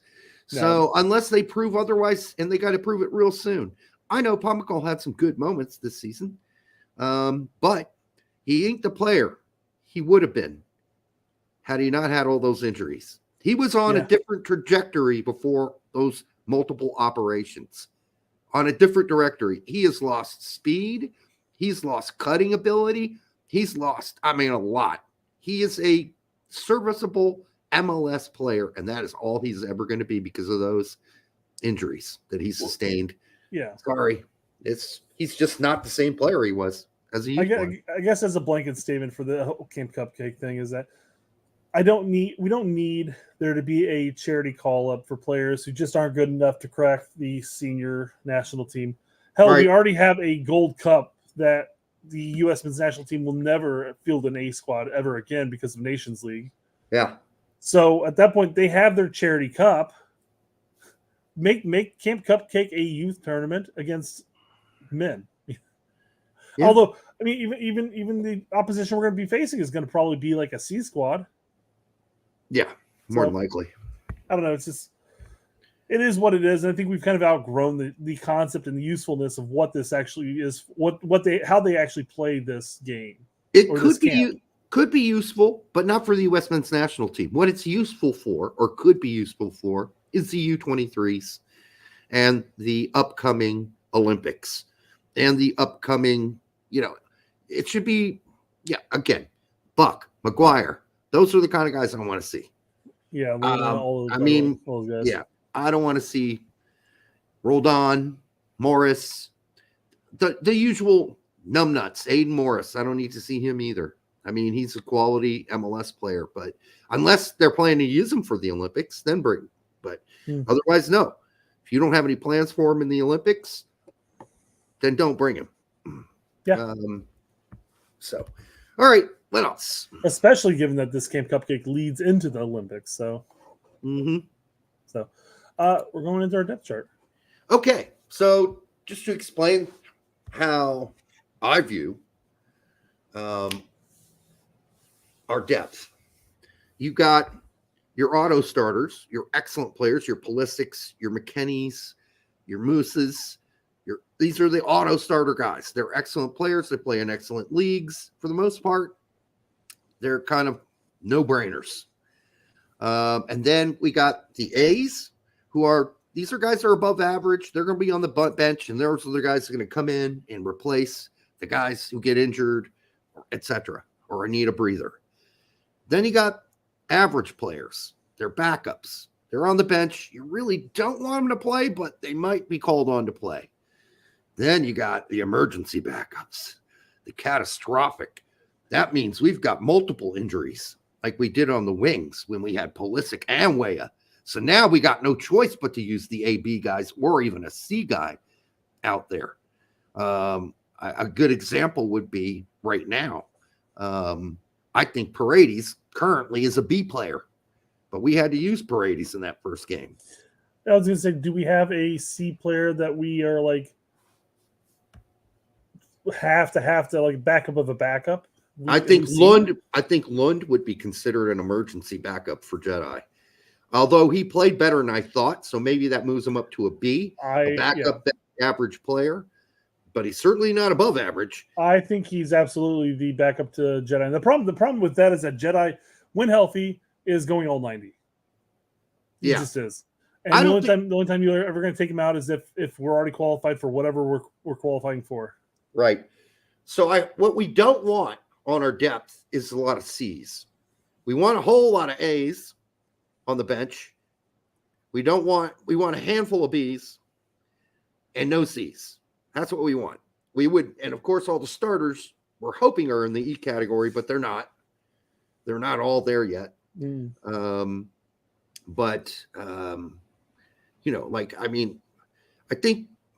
think Ballo is an auto starter, but on the scheme of things, I think he's just an above average player right now. I don't think he's an excellent player. I think he hasn't reached there yet. He has had one good season in France. He needs to have another one before I start saying he's an auto starter. Because he's got the tools. He just needs to put it all together at this point. To me, I mean, a lot of people don't view it this way, but I think in a low block, I think Pepe's better in the air.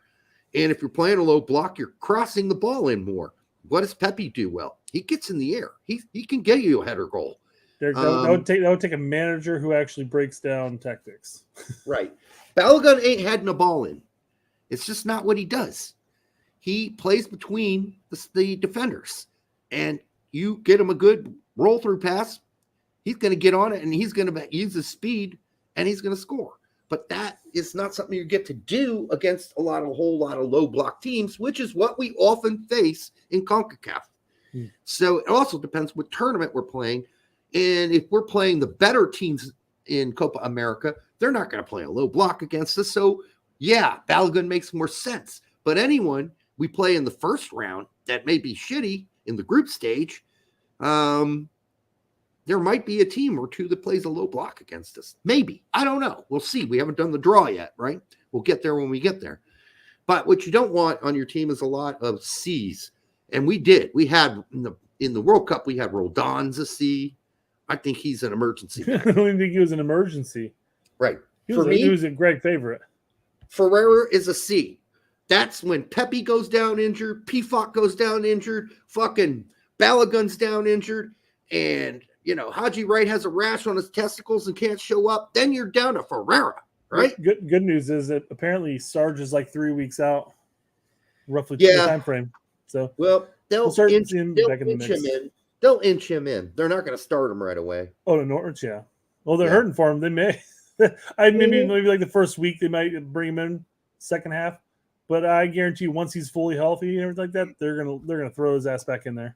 I mean, it's so funny they tried Ida up top. And that was a complete disaster failure for Norwich. So yeah, they're itching to get him back. There's no doubt, and I'm sure they wish they didn't transfer out Pookie because they could use him right now in the time that Sargent's been gone. Okay, so that I don't know. It's always 2020. Yeah, we can't put that in a corner somewhere, but we know what we're talking about now, right? As we go into the depth. Are you expecting me to color code all the players? No, you don't have to do that. We'll just put them in order, and then we'll discuss if they're an E, A, B, or a C. Okay. We can start with the goalkeepers. All right. So with goalkeepers, really honestly, we don't have any A's.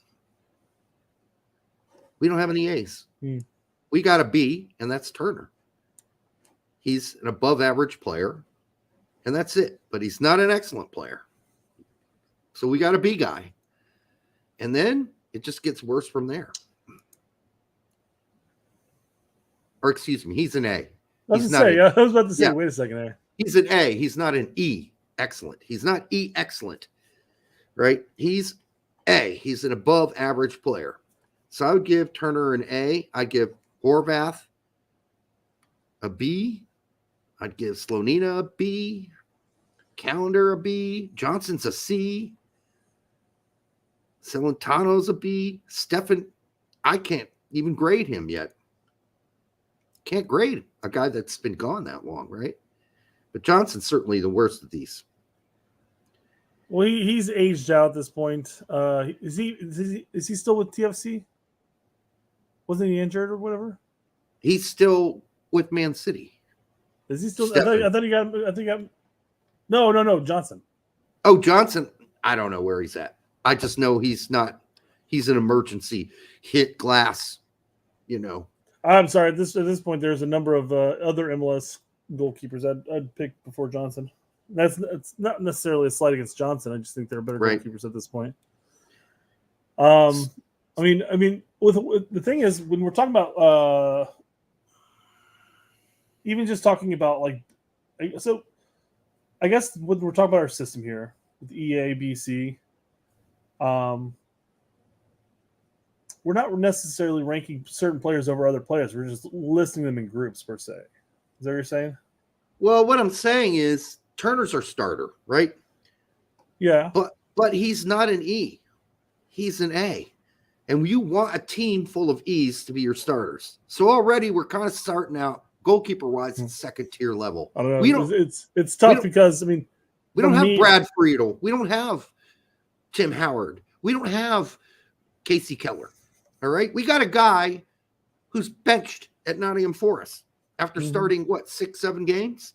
Sure. He's a B player. I mean, an A player, excuse me, right now. He's just an above-average goalkeeper, but he's not like an elite or, an excellent goalkeeper. So because I guess the way I'm looking at it at this point with our system is that looking at who Turner's up against, I would still have Turner as an auto starter. He is our auto starter. Yeah. But he's not an excellent player. He's an above average player. Even though he's an auto starter, that shouldn't be the only thing that counts there. That's what I'm saying. I almost feel like we probably should just take the auto starter out of the equation. Yeah, go ahead. If they're an excellent player, then they're probably going to be an auto starter regardless. Excellent players play in top 5 leagues and actually start a lot of games. That ain't Turner. He's a B. An A. He is not an E. And then Horvath is even worse. Now you're talking about a B player. Slonina is young, so he's still a B player. And then, I don't know. That's your depth. That's your 1, 2, 3 right now, I think, right?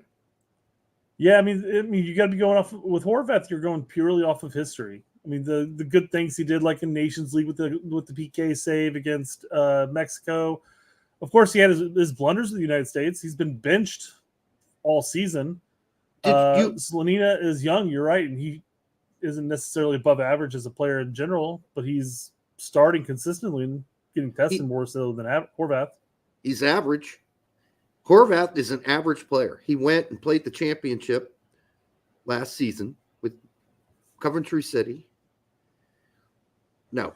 Who did he play with again? Was it Coventry City? No, I forgot. He played for Luton. Luton, excuse me. Because Luton said no thanks when they got promoted. That's correct. And they said no thank you. If they thought he was capable of playing as a starter in the Premier League, they would have said, we want to hold on to our starting keeper from last season. They weren't interested. It's clearly the replacement they got isn't doing that much better. So right now at goalkeeper, we don't have any E's. We got an A and 2 B's. That's it. That's so if Turner were to pull a testicle tomorrow, Horvath we had a match. You're throwing Horvath in. No, that's what Greg would do. I'm saying, what would you do? I'd probably do the same thing. Because at least Horvath has some experience playing with our back four. Slonina has none. None. So he's not even got to play in friendlies yet. Yeah, he has. Did he? But no, not with the U.S. men's national team. Never. This is going to be one of those situations where we talked about, who were we talking about earlier? Fossey, that's right. Yes. I'm like, who am I mixing him up with? That's like Fosse's never played for the U.S. men's national team, the big boy team. He hasn't. And the same goes for Slonina. He's been called up. He's never started. He's never started for the U.S. men's national team. You should yeah. You should just pull this game up. Let's take a look at what this game says. He We played can- an international friendly, and he conceded 2 goals in 90 minutes. What friendly was that? Somebody in the chat's probably already said it. It was against Serbia. It was a Camp Cupcake. Now that doesn't fucking count. Camp Cupcake does not count. I'm sorry, it does not count. He has never played with our big boy team. Camp Cupcake is Camp Cupcake. That should be labeled as a B team or a C team, or at this point, a D team. Seriously. So I'm not counting that. He's never played with our big boy team. Camp Cupcake. No, doesn't count. All right, we can move on to center backs at this point. Well, let's finish the list here. I mean, if we're talking about Well, you Callender tell and me. Celentano, who's Is next? Callender and Celentano over Slonina? You tell me. Because you're the Slonina guy. I think you're. I mean, at this point, until more growth and everything is occurring, I mean, Slonina was in MLS the previous season. Had a good couple of years. If you put Slonina, Celentano's Callender, and Celentano up on a dartboard, and I was blindfolded and threw a dart and picked one of the three, it wouldn't bother me either way because none of them are playing. Not for our team, our big boy team. I think we're looking at something like. Am I doing this one? Yeah. Okay. There we go. Yeah. So they're in their own group. Yeah. Stefan is out of the picture until he comes back, gets healthy, and starts playing. I honestly think that it's like this, quite frankly. I'd agree with you.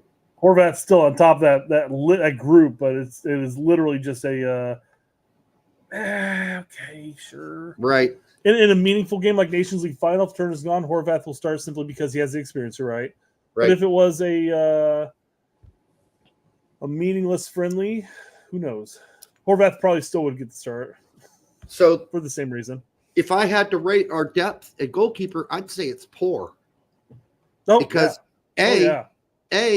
all we have is one above average goalkeeper who doesn't even play for his team right now.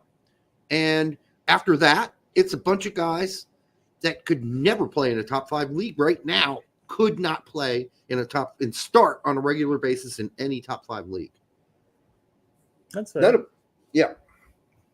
I mean, now, until they prove otherwise. Yeah, I mean, like I said, Gaga's getting the experience, and he's young. Mind you, he's in the Chelsea loan army. So, who fucking knows what'll happen with him?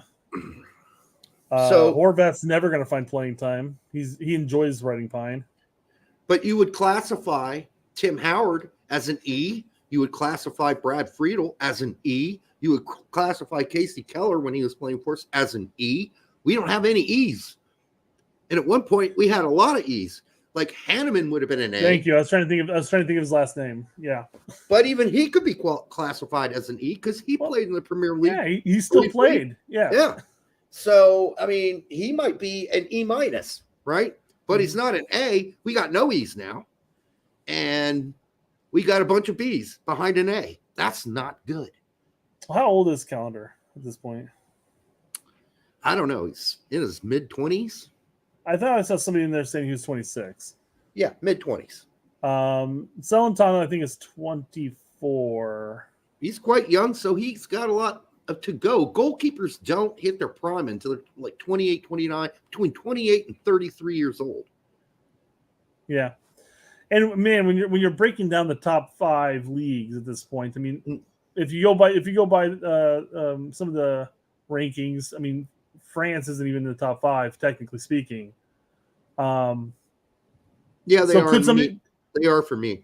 For you, yes, I agree. I mean, I'm saying that, but I mean, if in a what the Europe would classify as the top 5 leagues currently, I mean, I know. I think don't trust that. What Portugal's up there? They're above, yes, France, I believe in the last, but that's bullshit. But to that point, though, I mean, could Calendar or Salentano play for a Portuguese side? Could they possibly play for a French side? Let's just go with the bottom rungs of the top 5. No, I don't. I don't think Horvath could even play for a French team in Liga unless it was a bottom table team. Well, I was going to say at least a bottom. It would have to be a low table team. It's not going to be a top for any of these players outside of maybe Turner.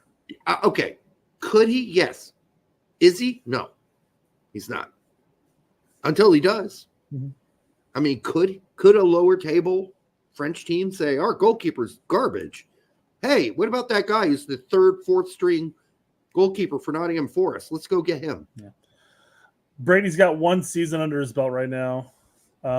He's not even in contention right now. Although there's, I know Friedel had mentioned early in the career that, or a couple years back, that he sees Brady with a higher trajectory than Slonina.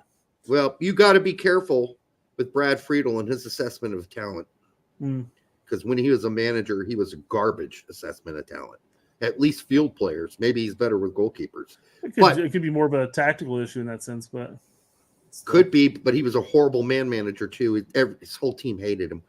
I'll tell you this: he was one of the worst managers. Some people aren't built for it. Yeah, they're not. But so we're in a wait and see situation with goalkeepers, especially if you're talking about Slonina, Brady, Calendar, Celentano. We don't know how they're going to develop and where they're headed yet. But I can tell you none of them are going to the Premier League anytime soon. Yeah, I think right now we're in that black hole of talent that we experienced before last cycle. That 2018 would have been the 24 to 26 range. The Breck Shea black hole. But now it's with goalkeepers. Yeah. Yeah. So are we? Hole, son. Are we going to be looking at like the Sloninas or the Bradys or insert random U18 player in Europe that comes through the woodwork? Yeah, I mean, we should have like a slew of 27 to 34-year-olds playing in top leagues in Europe, and we don't. But there was a time we did. We've gone backwards in goalkeeping. Now we got to wait for these young kids to hit their primes. We got to wait for them to get there because Slonina, the fact that he's even playing in Europe for a team at his age and as a starter on that's rare. Mm-hmm. Yeah, guys that barely have hair on their balls playing goalie. That's not a normal thing. Yeah. Goalkeepers take longer than normal players to mature and to find wisdom. I think Oyben might be looking at it going, well, we know we're going to get relegated, so let's try to save some money somewhere. Let's take this lone player at goalkeeper. Yeah, but if they thought that he was the problem, he'd be gone. True. Yeah. So, and I don't think that's in contention. I don't think their problem is goalkeeper. I think it's the other 10 players. Yeah. We spent way too long on goalkeepers. Here we go. All right, here is the center back depth. Oh, yeah, we might as well move Brooks to the bottom because we know that's not going to happen for personal reasons. Bump. I wanted to try to get everybody in here. Right. So, yeah, Brooks going down. And it's not because he's not an E. He is an E. He is. Ream goes to the top. He is an E. Richards, an A. Yeah, we got to make a gap in here somewhere, but we'll do that in a sec. Trusty, still an A, but plays in an E league, but still an A. Sorry. I am. CCV, an A. Right? He's an A. Yep. But not an E, but he's an A. Zimmerman is a B. So I'm just trying to keep this yeah gap going on here. Brooks going to move you further down. Yeah, we'll just move him out of any categorization because he is an E, but he's not going to be treated as one. McKenzie is an B to A. BA? EPB's a B? EA, okay, B. I think all those guys are B's. Neil is a C because he's just too young yet. We don't know. And so is Dietz. Yep. Too young to tell. I mean, again, similar to Slonina. There's a nice upward trajectory, but we need to see it first. It's too early. Yeah, too early. I'm sure that they'll both move into B category, no problem, at some point. Yeah, I would even play don't rate him.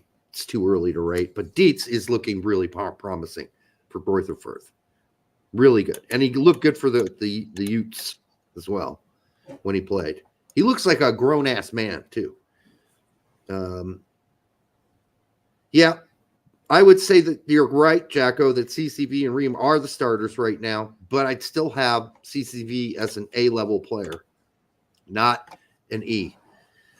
So we only have one center back playing in a top league day to day who you would consider to be excellent.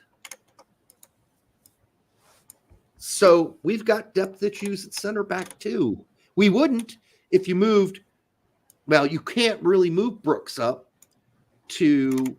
there with Ream. You could because they're both E's, but Brooks A is left-footed like Ream. But it's not like Brooks couldn't play right center back. He could play it. He's got both of his feet are all right.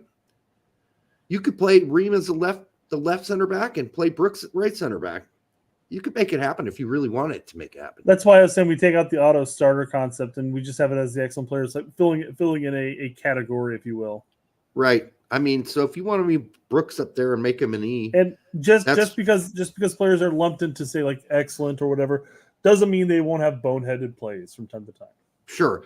But if you move, he plays in a top 5 league and Hoffenheimer at the top half of the table in the Bundesliga. He's one of the reasons that they are. He played pretty well today.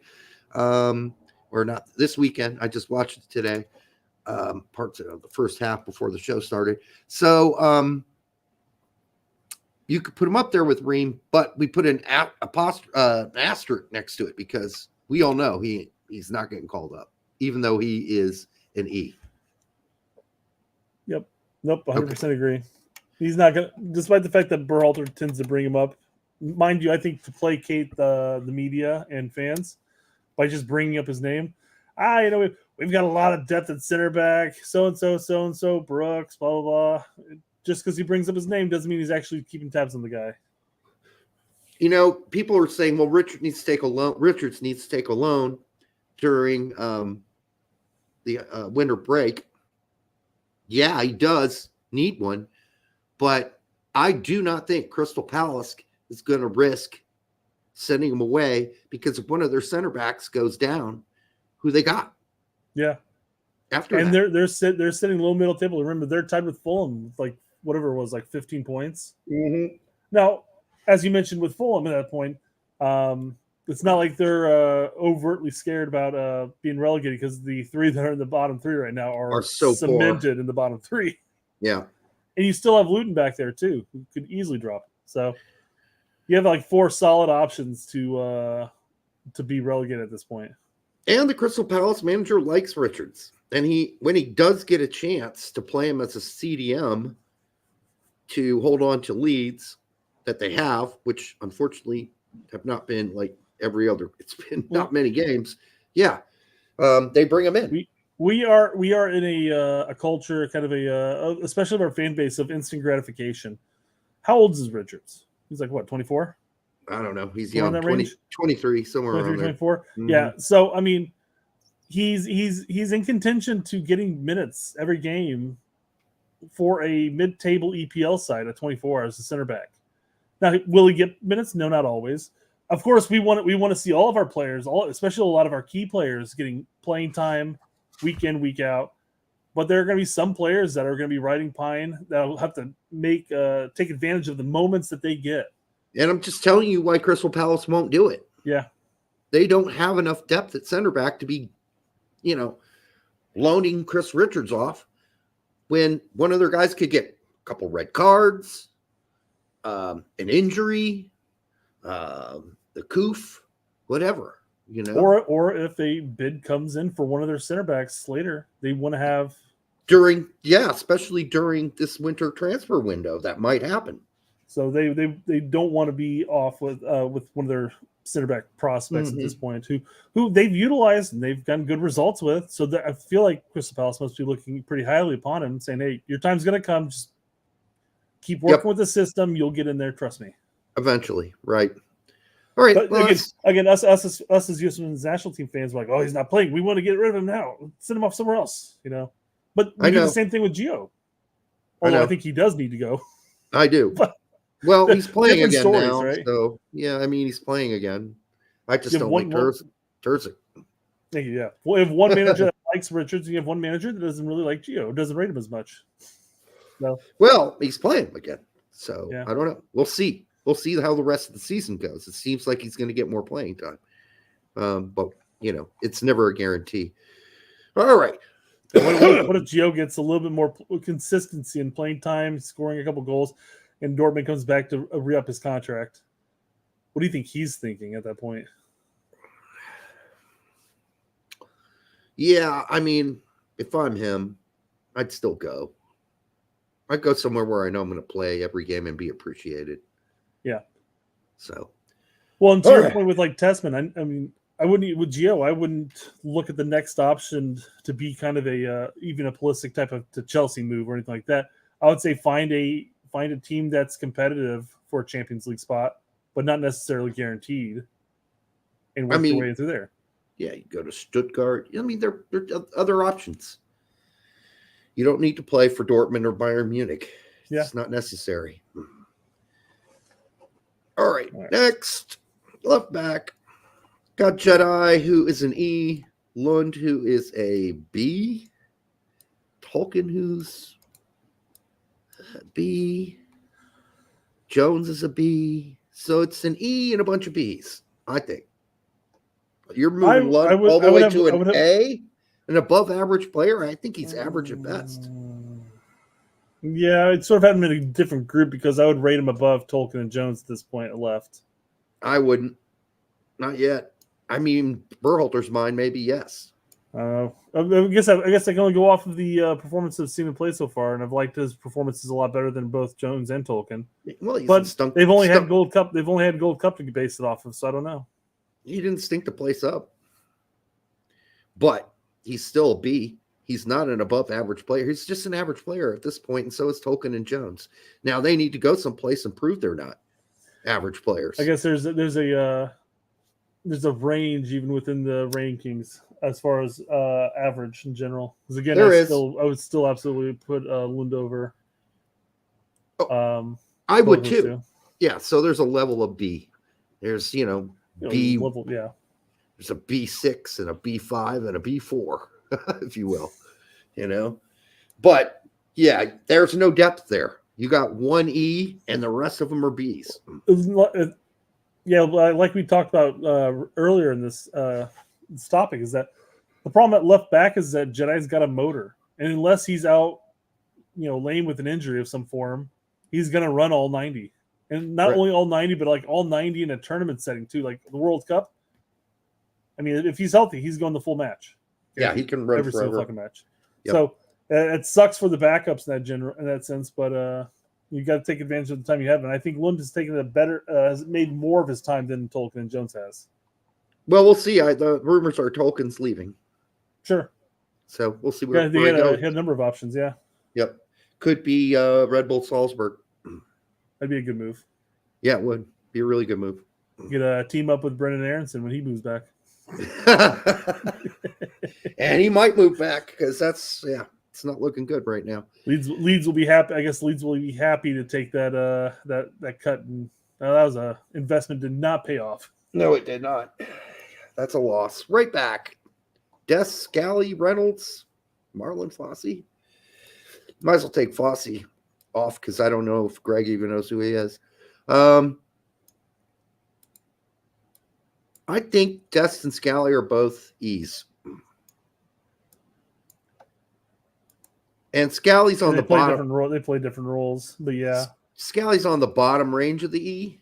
He's tiptoeing into A's, but I'm still going to give him credit for playing in a top 5 league and us being mostly a starter and keep him in the E category. Whereas Reynolds is a step down, I think, but he's an average player. To me, he's a B. And Fossey, right now, he's had 1 full season with Anderlecht, and right now he's injured. I'm going to keep him at B too. So again, we're going from E's to B's. We don't have an A. We don't have an above average player who can step in for Dest or Scally if those two are injured. Reynolds is a major step backwards from those two guys. The funny thing is that with Dest, we've had to go for the last 2 to 3 years of where we can only rely on what he's done with the United States national team. Because he didn't have any club performances really. He's doing damn good now. He's doing good now. Scally's been consistent with Gladbach. Of course, he's had ups and downs, which any player does. Yep. But they bring two different aspects to the game. I mean, do you need to play more defensively, or do you want to take the chance that Dest is going to do something magical on the side without doing a boneheaded red card? Or do you have a bunch of wingers injured and you need to move Dest up to play one of the wings? That would have been something, right? We should have tried it. That would have been the time to try it. Yep. Put Scally in it right back. Stupid, yeah. I tell you. Yep. It's not like Scally can't go the full 90. He does it pretty consistently. He did it this weekend. So, all right, that's right back. Not a lot of depth. You might be knowing a couple players like Moore is not there. I'm not putting any of those. Putting any of those putzes in there. No. Who's the other guy? Why am I spacing his name right now? Yedlin? No, I don't. Yeah, Yedlin's toast at this point. Shaq Moore and I don't know, dude. You're thinking of DeJuan Jones? No. We have him listed as the left back. It doesn't matter. At least we got 2 E's though at right back, so that's not a significant drop off. It's just it's a change of play. You're going to get some more solid defense from Scally. You're not going to get the same kind of offense from Scally. You're going to get worse defense from Dest and more attacking from Dest. Cannon. Why couldn't I think of Cannon? Cannon. I actually said it just as Fumar says it. He's with QPR. He played a few games, and now I don't know if he got injured, but he wasn't even in the 18 this weekend. So I'm not sure. That's how far he's fallen off my list. I was like, what was his name? Yeah, I don't know. I don't know what's going on there. Yeah. Maybe I would guess he's injured. That would be my guess. But he wasn't in the 18 this weekend. All right. Defensive mids. Adams, Cardoso can play both as a 6 and an 8, but we'll just put him here in the 6 just for the discussion. Adams play an 8? Cardoso can play a 6 or an 8. Oh, I thought you said Adams and Cardoso could play a 6 or an 8. Sorry, you said Adams, and you said Cardoso, and then there's a comma there. So. Yeah, Cardoso can play either, but we're just, for the sake of argument, going to put him in here. But in this case, I don't think there's a huge drop-off. I think it's like if you had to put them on, they're all playing in either very good leagues. In Adams, well, not playing. He's injured. Sure. But I would definitely call him an E. He's not elite, but he's an excellent player for what you ask him to do. And Maloney's the same. I watched him today. He's fucking all over the field. He's a destroyer. Yeah. I mean, I would say he, with Maloney, it's just a level of consistency. And one big thing that a lot of people always talk about Maloney is like, oh, his pace, he's not fast. And we talked about that too. The first game we're watching, like, oh my goodness. He's a center back, obviously, and he's just not as fast as Adams. And then the second game watching him, like, holy shit, he actually is kind of fast. Yeah, he's quick. Yeah. In a straight line, is he like super fast? No, but he's quick. He gets around. He's always where he needs to be for Yeah. And what does he do with high time? He breaks up the plays, he recovers, and he distributes the ball out. Yeah. That's his shit. He covers a shit ton of ground. And he does those three things. And he sits in front of the back four. Yep. Just like Adams does. So Cardoso, on the other hand, gives you less killer tackling. He's not so much a destroyer, but he'll give you more passing, and he'll break lines with passes. He's good at that. But, he's played that holding role for Internacional a number of times this season. In fact, the last game. Mm-hmm. So that's what we said, Al. But we had somebody tell us in our last show that we shouldn't have played Maloney because he's too slow for Trinidad and Tobago. And I got to say, that is just crazy talk. Yeah. Am I taking crazy pills here? Did somebody just say that? I feel like I'm taking crazy pills. Yeah. Exactly. So as far as the letter grades that you're saying, because you're right, in the sense it's not a huge drop off between them. They're all like E. you can interchange them. Yeah, they're all E's. The question is whether or not Adams gets back. We play the double pivot. You playing Musa McKennie in the double pivot? Or you playing Adams and McKennie? Who's going off? Because somebody's got to leave. Well, if you continue to allow, if you're going to play an attacking midfielder when Reyna or Tillman, and you're still going to allow McKennie to have his freedom, you almost kind of have to have somebody that's going to be a destroyer / sit back type of player. Well, someone's coming off. I feel like at that point it's got to be Musa. Yeah, I'm not saying I like the McKennie and Musa combo and the double pivot. I'm just thinking what Greg's going to do. Yeah, I mean, Greg loves him some Musa, though. True. He's had Cardoso and he's had Maloney available to him, and he's still played those two, obviously. So he's clearly saying that the difference isn't enough. When he was asked about the one player that he thought was going to surprise and shock people at the World Cup, he didn't say Adams. He said Musa. He didn't say McKennie. He said Musa. So I think he loves him some Musa. So the question is, he's going to have to make that decision, or he goes back to playing a 4-3-3. Greg loves him some zoo animals, Derek, not Musa. Wild dogs. Wild dogs. Look at these giraffes. They got big wild necks. freaking dogs. Long tongues. Yep. So we're good here. The question is, are we going to play that kind of setup? Like, are we going to, or if we play the double pivot, does Greg does he like Musa and McKennie as his double pivot? Well, it's going to be interesting because Adams, when he gets healthy and he starts playing again, could be a while. Yeah, could be. Yeah. When he comes back, I mean, you're going to have to remove one of these other two. Yep. Whether it's Cardoso or Maloney. So someone's going bye-bye. All three of those are not going to be brought into the mix because there's already going to be a clog up ahead of that because you're still going to have Musa, you're still going to have McKennie, which we're going to get into right now. Right. Luke De La Torre, you got Tessman, we talked about earlier, and Busu. We added Busu here. And this is just in the box-to-box 8 type of role. Right. You know, we're not even bringing to the equation the players that could be filling in that CAM role.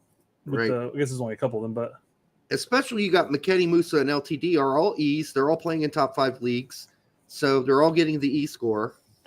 They're all starters for now. And Tessman and Busio are just a level below. And Busio maybe another even level below. That's why I was going to initially grab him. Yeah, like that. Busio's got to do something to impress me dramatically, not only just with Venezia, but when his next call will inevitably come. I don't know when it'll be, but maybe next Gold Cup or something. Tessman's the heart and soul of that team. Yeah. That's saying something. Now, did he get called up and thrown to the wolves recently? Yeah. So, and did he play poorly?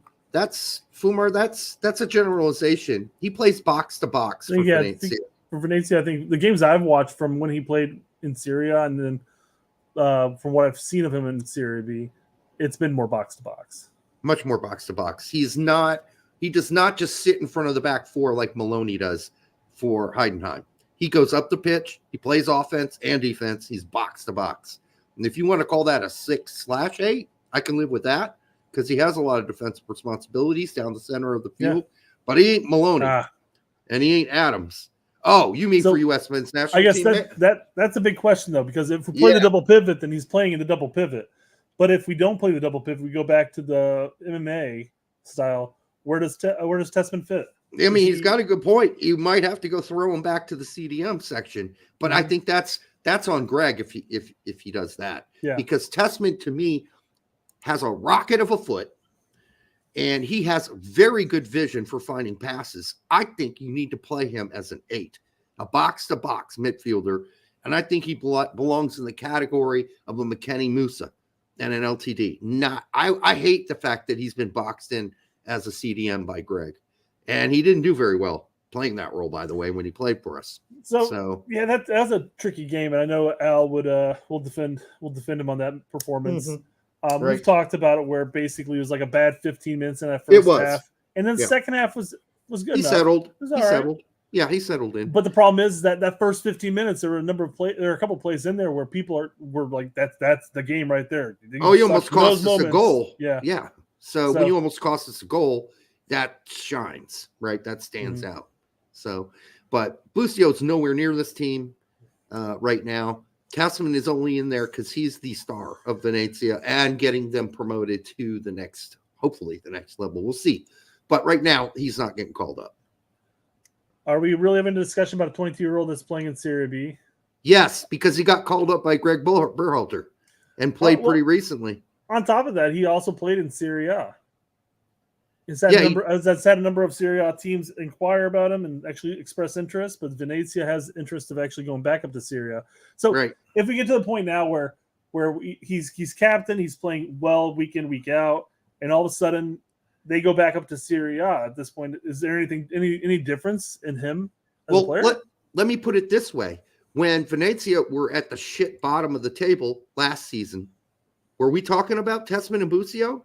No. Very briefly. No, we weren't. This is what they did this week. They lost again. No surprise there.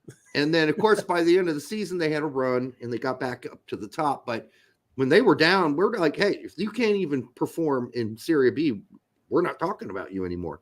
But they're performing. Well, at least Tessman's performing on a day-to-day basis, and he's the captain of the team, and they're on the top of the table. If they weren't on the top of the table, I doubt we'd be talking about it, and we wouldn't be talking about it if Greg hadn't called him up so recently. But we're talking about him, and we just said they're not in the picture right now. We're loaded right now in midfield, so they're not really in. But we had to at least address it. Yeah, I mean, we're considering it. We're considering it 23 for Nations League and COPA at this point. I mean, Tessman would be hard pressed for Tessman to crack at this point. Oh yeah, with 23. Yeah, there's no way he's making this team. No way. Tough. Not right now. And there's no way Maloney probably makes this team, unless Adams is still out, which he will be. But then you're bringing McKenny, Musa, and LTD. I think those three are pretty locked in. Mm-hmm. And then the question is who plays defense and is going to quarterback the team out of the back four. That's more likely to be Cardoso at this point than Maloney. I think Greg's just getting comfortable with Maloney, but he likes himself some Cardoso. Sure. Hey, his time with the U.S. last window was it wasn't last window. It was the window before. Pretty impressive. It was pretty good. It was against the Germany and Ghana window, right? Yeah. Yeah. He was reliable. CAM, again, it's a massive drop off from Tillman and Reyna, who I'll give them both E's. The way Tillman's playing for club. Yeah. When he gets to play where he's supposed to play, not what he did for us, which is, I don't know what the hell that was. Wasn't good. But yeah, it's a massive drop off. Obviously, Paxton's a puppy still. Yeah. But he does get to play for Eintracht Frankfurt at least 10, 20 minutes here and there. And we're just going to have to keep monitoring him. And Mihailovic is a bust. Yeah. I mean, he's a bust outside of MLS. No, I agree. Chuck says Luna? Not yet, my friend. Again, let's let Luna go abroad like he's planning and see what he can do. Again, he's also got one season under his belt, and he hasn't really been called up to the national team at all. So, I mean, youth, the U20s and U23s, absolutely.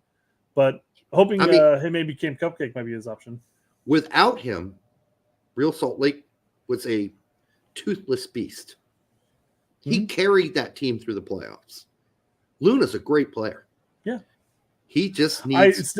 We always say, look at his build, and I still don't see how it's possible. Right. But he makes it work for him, man. But he needs to continue to grow as a player. He's become more consistent. That was always our criticism of Luna before. Great game, bad game. Great game, disappear game. Great game, blah, blah, blah. But now, if he's going to really seriously make this move overseas that everyone's talking about, that agents are talking about, that people are talking about behind the scenes, let's see where he goes and see how he performs, see how that test, that next step, that next test, and what he does with it.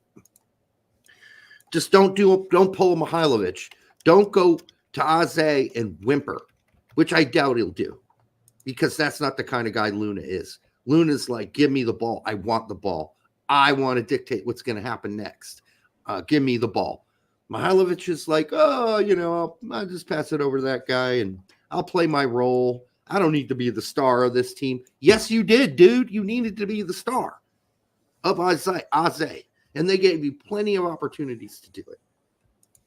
Julian Green is not too old. He's just not necessary. So throwing him in, well, he is, again, that the problem is you make the same argument with bringing up Mihailovic and Paxton too. They're not necessary. They're not necessary right now. So if we threw Green into the equation, this is the setup that I would look at. Probably. I'd agree with you. You got your E's, then I would say Green's a B, and then Paxton's. I'd give Paxton a B. Yeah, at this point. I mean, he's getting minutes, but he's still so untested. Yeah, they're not above average. They're average players in their leagues, Green and Paxton right now. Paxton's got a lot of growth to go. Mihailovic went to a league that was supposedly just as good as MLS, so they say, but has looked flaccid and disinterested. So I wouldn't even I'd give him a C practically. I'd say he's a failure. Yeah. Yeah. Winger. Okay, this is, Koleosho, I don't know. I put him on here for shits and giggles. Of course, he does not have to make that decision, and people are like, why is he waiting so long? He doesn't, because he's like what? He's like 20, 19? He doesn't need to make the decision now. Doesn't need to move at all. Why would he make a premature ejaculatory decision? He doesn't need to. Real quick, jumping back to D-mid, center mid area. Mm-hmm. I've seen a couple people bringing him up, but where does Timothy Tillman fit into your equation here? Timothy Tillman? He doesn't. Sorry. There's only room for one Tillman on this bus. Right now, that's Malik. Where does he play for LAFC? Mid. Center mid or D mid? Well, he's kind of box to box, but on occasion he looks more like an attacking mid. I don't watch all the LAFC games. Obviously, I'm a Galaxy supporter, but I do watch all the LAFC Galaxy games. And he was injured for one of those. There was a time when we went almost into emergency mode when we had a load of fucking injuries, and there was talk of bringing Timothy Tillman in. But right now, there's no talk because there's just not a whole lot of room unless he gets better than his brother, because he's either going to be a box-to-box or a CAM. There's no room in the McKenny Musa LTD spot for him. And there's certainly no room because we're not bringing more than 2 CAMs. And so he's either going to have to beat his brother out for the position, which he's just not going to do. His brother plays for one of the best, if not the best team in Holland right now. And he's scoring goals and getting assists on the regular. Whereas he's not beating Malik out. And he's not beating MML out either. Question would be would he fit above Tessman in your equation? He'd probably be right in there, probably with above the Tessman. He'd probably be there with Green and Paxton for me. He'd be in that territory. But, Paxton's playing at Eintracht Frankfurt, and Timothy Tillman could barely hack it at Greuther Fürth. So you tell me, what does that say about the level of MLS? I don't know. But I do know this. He played a lot better in MLS, did Timothy, than he did for Greuther Fürth. I thought he was a consistent player at Fürth. Oh, he was. Yeah. He was, but A, while he was there, Fürth wasn't very good. And B, it's not like he was hoarding the goals in there for Greuther Fürth, because he wasn't. Green scored more goals than fucking Timothy Tillman did. Green still contributes more to that team. So I don't know. I mean, listen, I don't think a whole lot of MLS guys are going to get a lot of consideration right now because there's just too much depth out there in the B category. And the A category, there's some depth too, more B. But if I'm talking about a guy that's in the B category, I'm taking the B category guy playing in Europe before I'm taking it, unless he's playing in a shitty team in Europe or a lower league in Europe. Like if he's playing at I don't know, Motherwell. Okay, yeah, I'm not counting that. Motherwell's basically an MLS team. Fumar, I'm going to bring this up simply because I talked about it before the show started. Because what about Ledesma? What about him? He quickly follows up saying like he was breaking out of PSV before the injuries. Yeah, but that was like a long time ago series of injuries too, though. I mean, and that was a lot of injuries. Like injury after injury. He would come back from injury. He'd play for like 5 minutes, and then he'd re-injure himself for like another 9 months. Right. Like, people talk about Gio being made of glass, but Ledesma was out for like 3 fucking years straight of injuries. It was something stupid. When Ledesma got his loan here to MLS, can I ask you, did he come here to MLS and become one of the best players in MLS? Or become one of the most noted, highly talked about players in MLS? No, he didn't. Luna. People talk about Luna. I don't hear a lot of people talking about Ledesma. I don't hear anybody talking about him. Zach. No one. All right. It's a sad story, but guess what, folks? Injuries, certain types of injuries. In fact, this injury to Adams is so serious it might change him as a player. It's a serious injury, and we went through this with Adams before when he was at Leipzig, and he had the sports hernia that just wouldn't go away.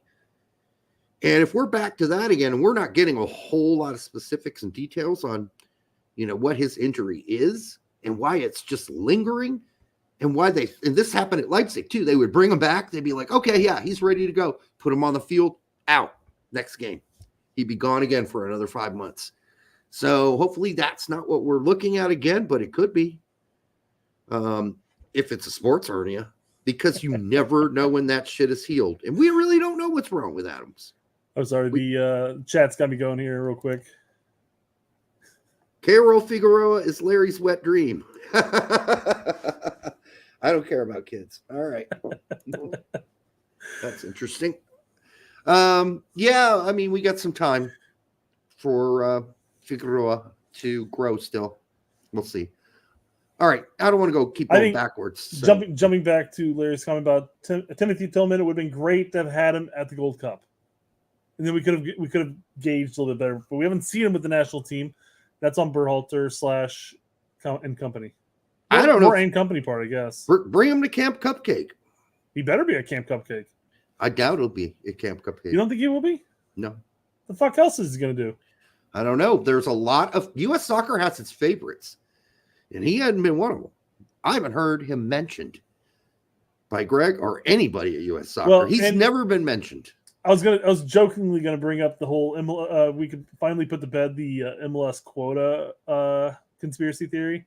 Whether it's true or not, I'm using the term. Well, let's just say theory instead of conspiracy. Oh, that's done. Yeah. So I'm like, we're looking at the World Cup that was just in November, and we're like, not last November, but we're like, why are these players? Oh, it's the MLS quota. But now we're looking at the last 3 windows being predominantly only European, outside of 95% Jones and Miles. That's about it. Yeah, 95% Europe, So, or foreign or Yanks abroad. Is this a leaf being turned over? Do we finally have enough Yes. depth where we can just not rely on our crutch? I don't know. I'm not saying that was a good crutch to have. It's like a crutch that's been sawed in half. Listen, there have never been this many Americans playing in Europe. This has cracked a world's record for us. And the ones we talk about, that's just like a handful. We don't even talk about all the young Americans playing the U18s and the U20s and the 2 teams in Germany. There's plenty of those kids too. I mean, occasionally I'll talk about them. We will bring them up. I have discussed them here. There's a bunch of them out there that nobody even knows who they are. I still run into them on occasion and go, I didn't know that guy was fucking there. I've never heard of this guy before. It shocks me. Spencer Doherty for 1069. This happened about an hour ago, and I forgot to even come back to it. And I've got 2 chats I need to pull up here just because I need to go through them. But Nothing burgers are increasingly on this U.S. soccer timeline.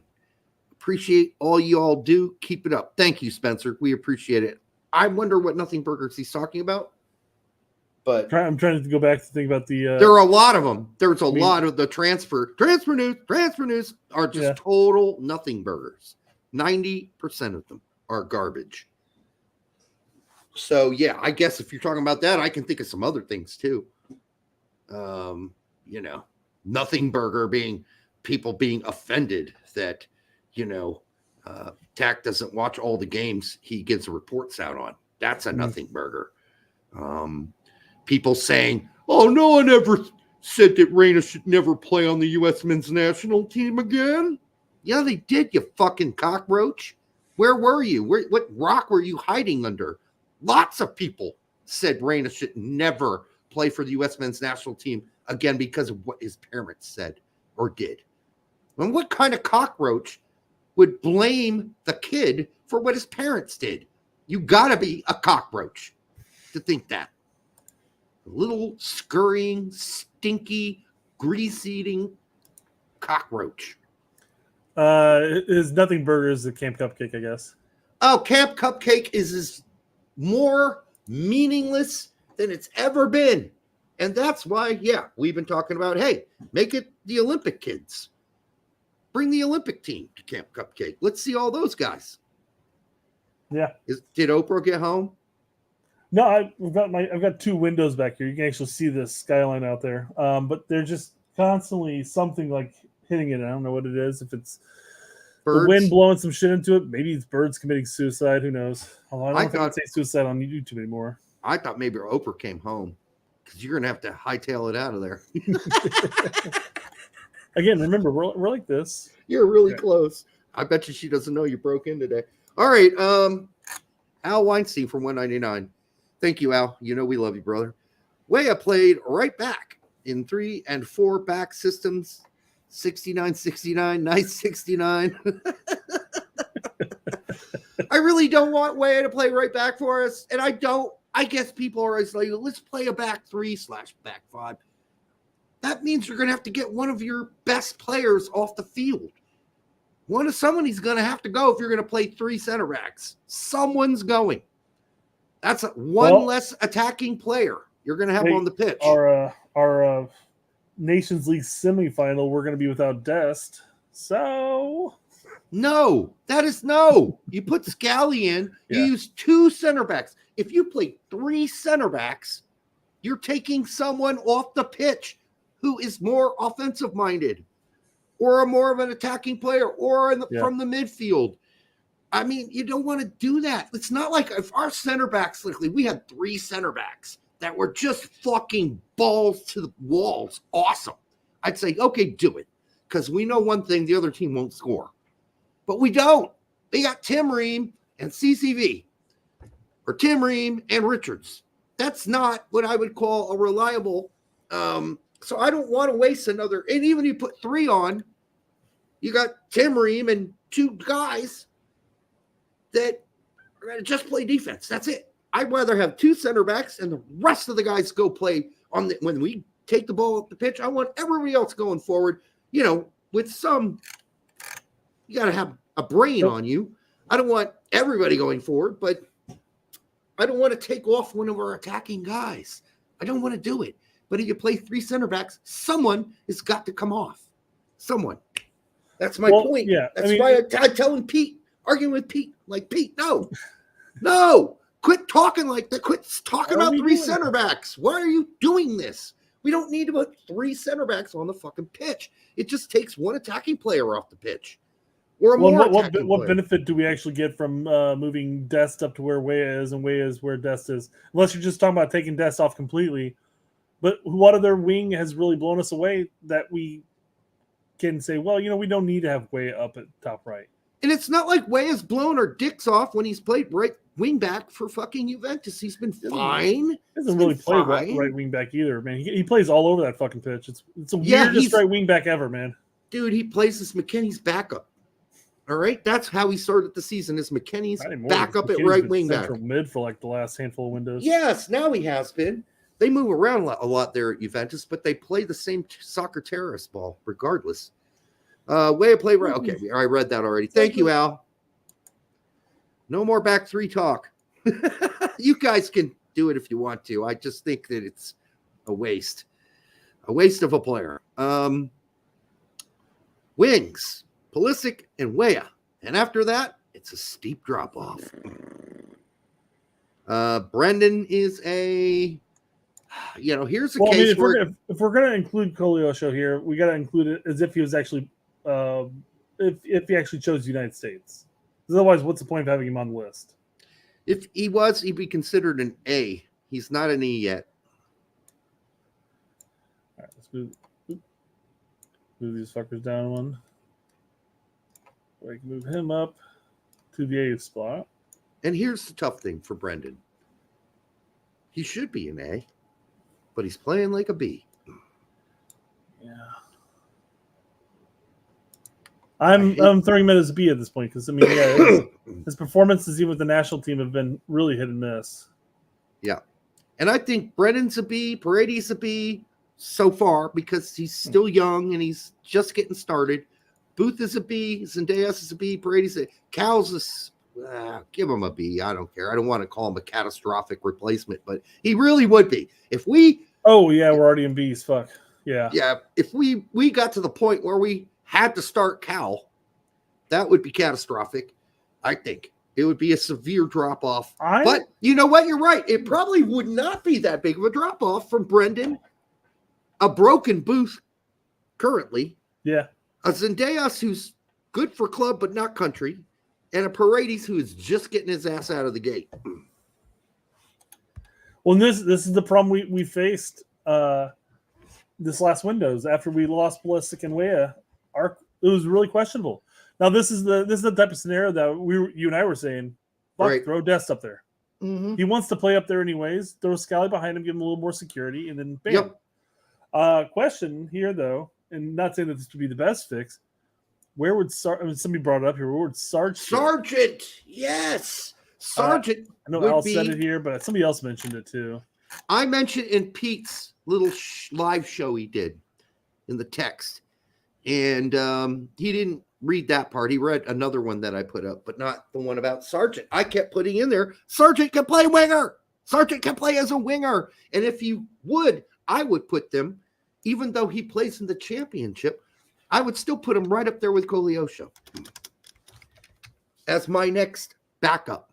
Like, if you really had to do it, and if Koleosho's gone, which he has not committed to us, that's just Sarge there as our A behind our E's.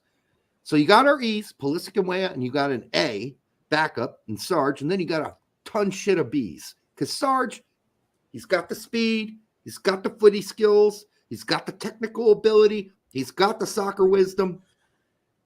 He's easily played. He played at winger how long for Norwich? And he did an effective job. He did it for half his last season at Bremen. Yep. So he did that at Norwich. He did that at Norwich. He did it at Bundesliga level. Yeah. He's done it at championship level. You could almost make an argument a healthy Sarge is creeping into the E categories. A healthy one. Now, we haven't seen him healthy for some time, and he hasn't played for some time. but the top of his game, he was on the regular starter for Bremen out on the wings.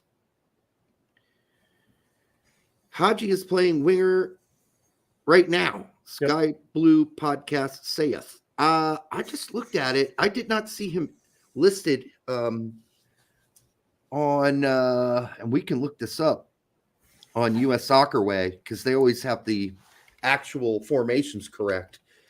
Or we can look it up on Transfer Market because it always tells you what positions he's played in every game. I think they might be, maybe they're right. I hate this. I'm not going to say they're wrong but my memory tells me I have not seen him play winger yet this season for Coventry, but it's very possible that he has. Transfer Market has him predominantly playing center forward, but he's also played left wing and left mid. Most recent game, he played left wing. Game prior, he played left mid, and then a center forward to the right. So just recently, he's been moved out wide. That does not seem like the optimum position for him. But since I haven't seen it, I guess I can't comment. But I'm taking Sarge 9 days a week as a winger over right. Because I know Sarge can do it. And plus, we have right in our center forward section. We have Sarge in our center forward too, though. That's true. Let's take him off. Because we know it's Flo and Pepe, right? Well, I mean, yeah, but then Sarge would be my follow-up after that, though. If he gets healthy and if he rebounds the way he was scoring goals for Norwich before getting injured. All these guys are A's. There's no E's here yet. They're all A's. Except, the A's are Flo, Pepe, Sarge. Pfock is actually, he's still an A because he's not a starter regularly for his team. We'll see. He started this game, but was pulled at halftime, and he didn't start the games before that. And then, of course, he got benched at Union Berlin. So I can't say he's a regular, excellent performer in a top 5 league. So they're all A's, not E's. They're all A's, and then you get to Bright and Vasquez are B's, I think. And to me, Ferreras is catastrophic, but I'll keep him, just to be nice, keep him in the B territory. I don't ever want to see Ferreira playing center forward for this team again. And we'll see. Vasquez is talking about making a move overseas. That's been talked about now for a year straight. Every time there's talk about Ferreira moving overseas, Ferreira says that's all bullshit. No one's ever made me an offer. At least he's honest about it. Give him credit for being honest. Mm-hmm. At least he's honest. So, Flo's an A, Pepe's an A, Sarge's an A, Pfock's an A, Wright's a B, Vasquez is B, Ferreira's a C, a B minus. Again, it's trying to be nice. So depth here is now, will Ballo at the end of this season turn into an E? Let's wait and see. But I think he's headed in that direction. But let's wait and see. Pepe probably won't because he's stuck behind De Jong.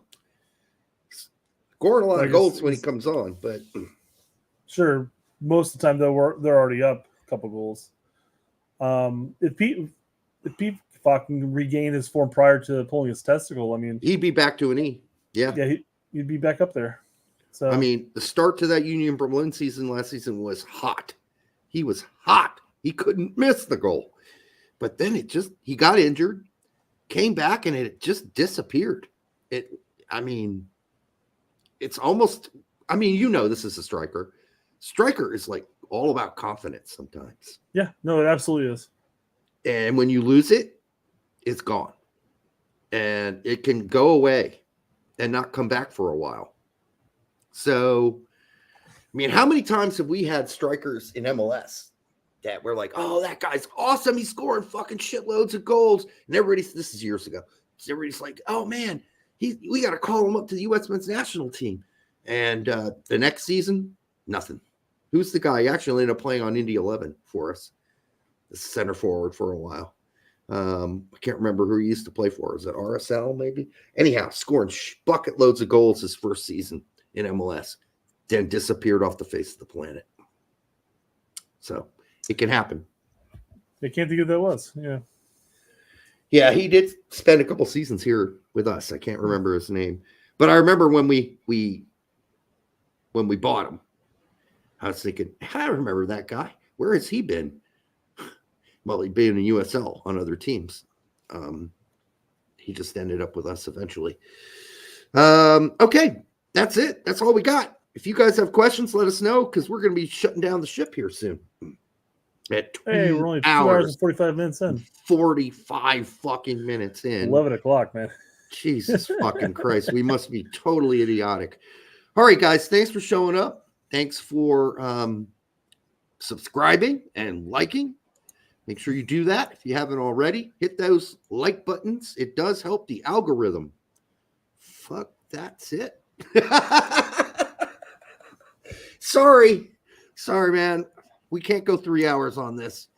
That's too much. It will hurt our algorithm on YouTube. Yeah, we're at a point now where I'm contemplating on starting a TSRC live channel just to migrate some of our older live streams over to, just so our algorithm doesn't get pegged as badly as it is. Yeah, because if you do a show over 2 hours, that's not good on YouTube. They don't like that shit. You're taking up a lot of their bandwidth. And anyhow, make sure you join us again Thursday. We will be back Thursday. We'll talk some more. Make sure you just like you said, hit the like button. Lick that button, guys. Lick it. Yes, use whatever appendage you have free at the time. Just lightly tap the like button. You can use a phalange. You can even use a left testicle if yours reaches that far. Either way, hit it. And until the next time, say hi to your stepsister and don't go see the movie Napoleon. All right. Bye-bye.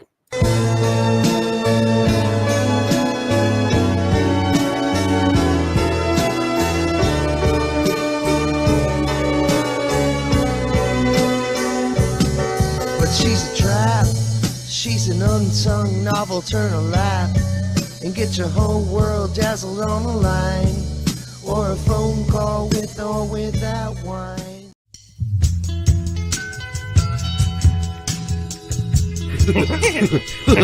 That hurt. I'm tuned in like crazy, and I'm pretending like I know what they're doing, and I'm articulate and intelligent. Greg's a bitch. That's all.